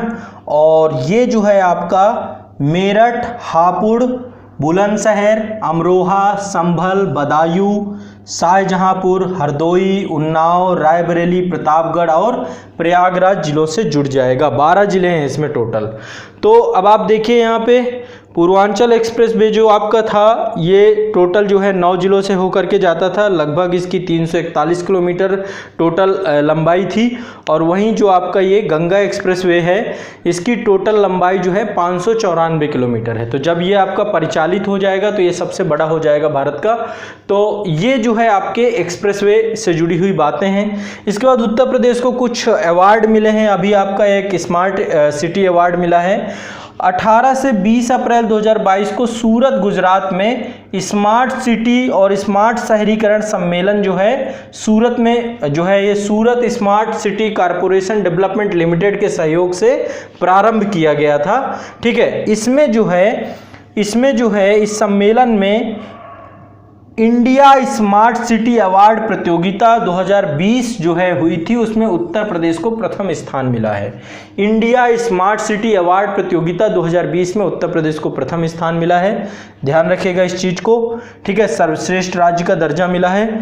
साथ में नेक्स्ट है आपका, अभी जो आप देख रहे हैं जलवायु को लेकर के, जो ऊर्जा को लेकर के आपका राज्य ऊर्जा और जलवायु सूचकांक जो आपका है उसका जो है उत्तर प्रदेश में अभी इसका जो है आपका नीति आयोग के द्वारा जो है 11 अप्रैल 2022 को नीति आयोग के द्वारा 11 अप्रैल 2022 को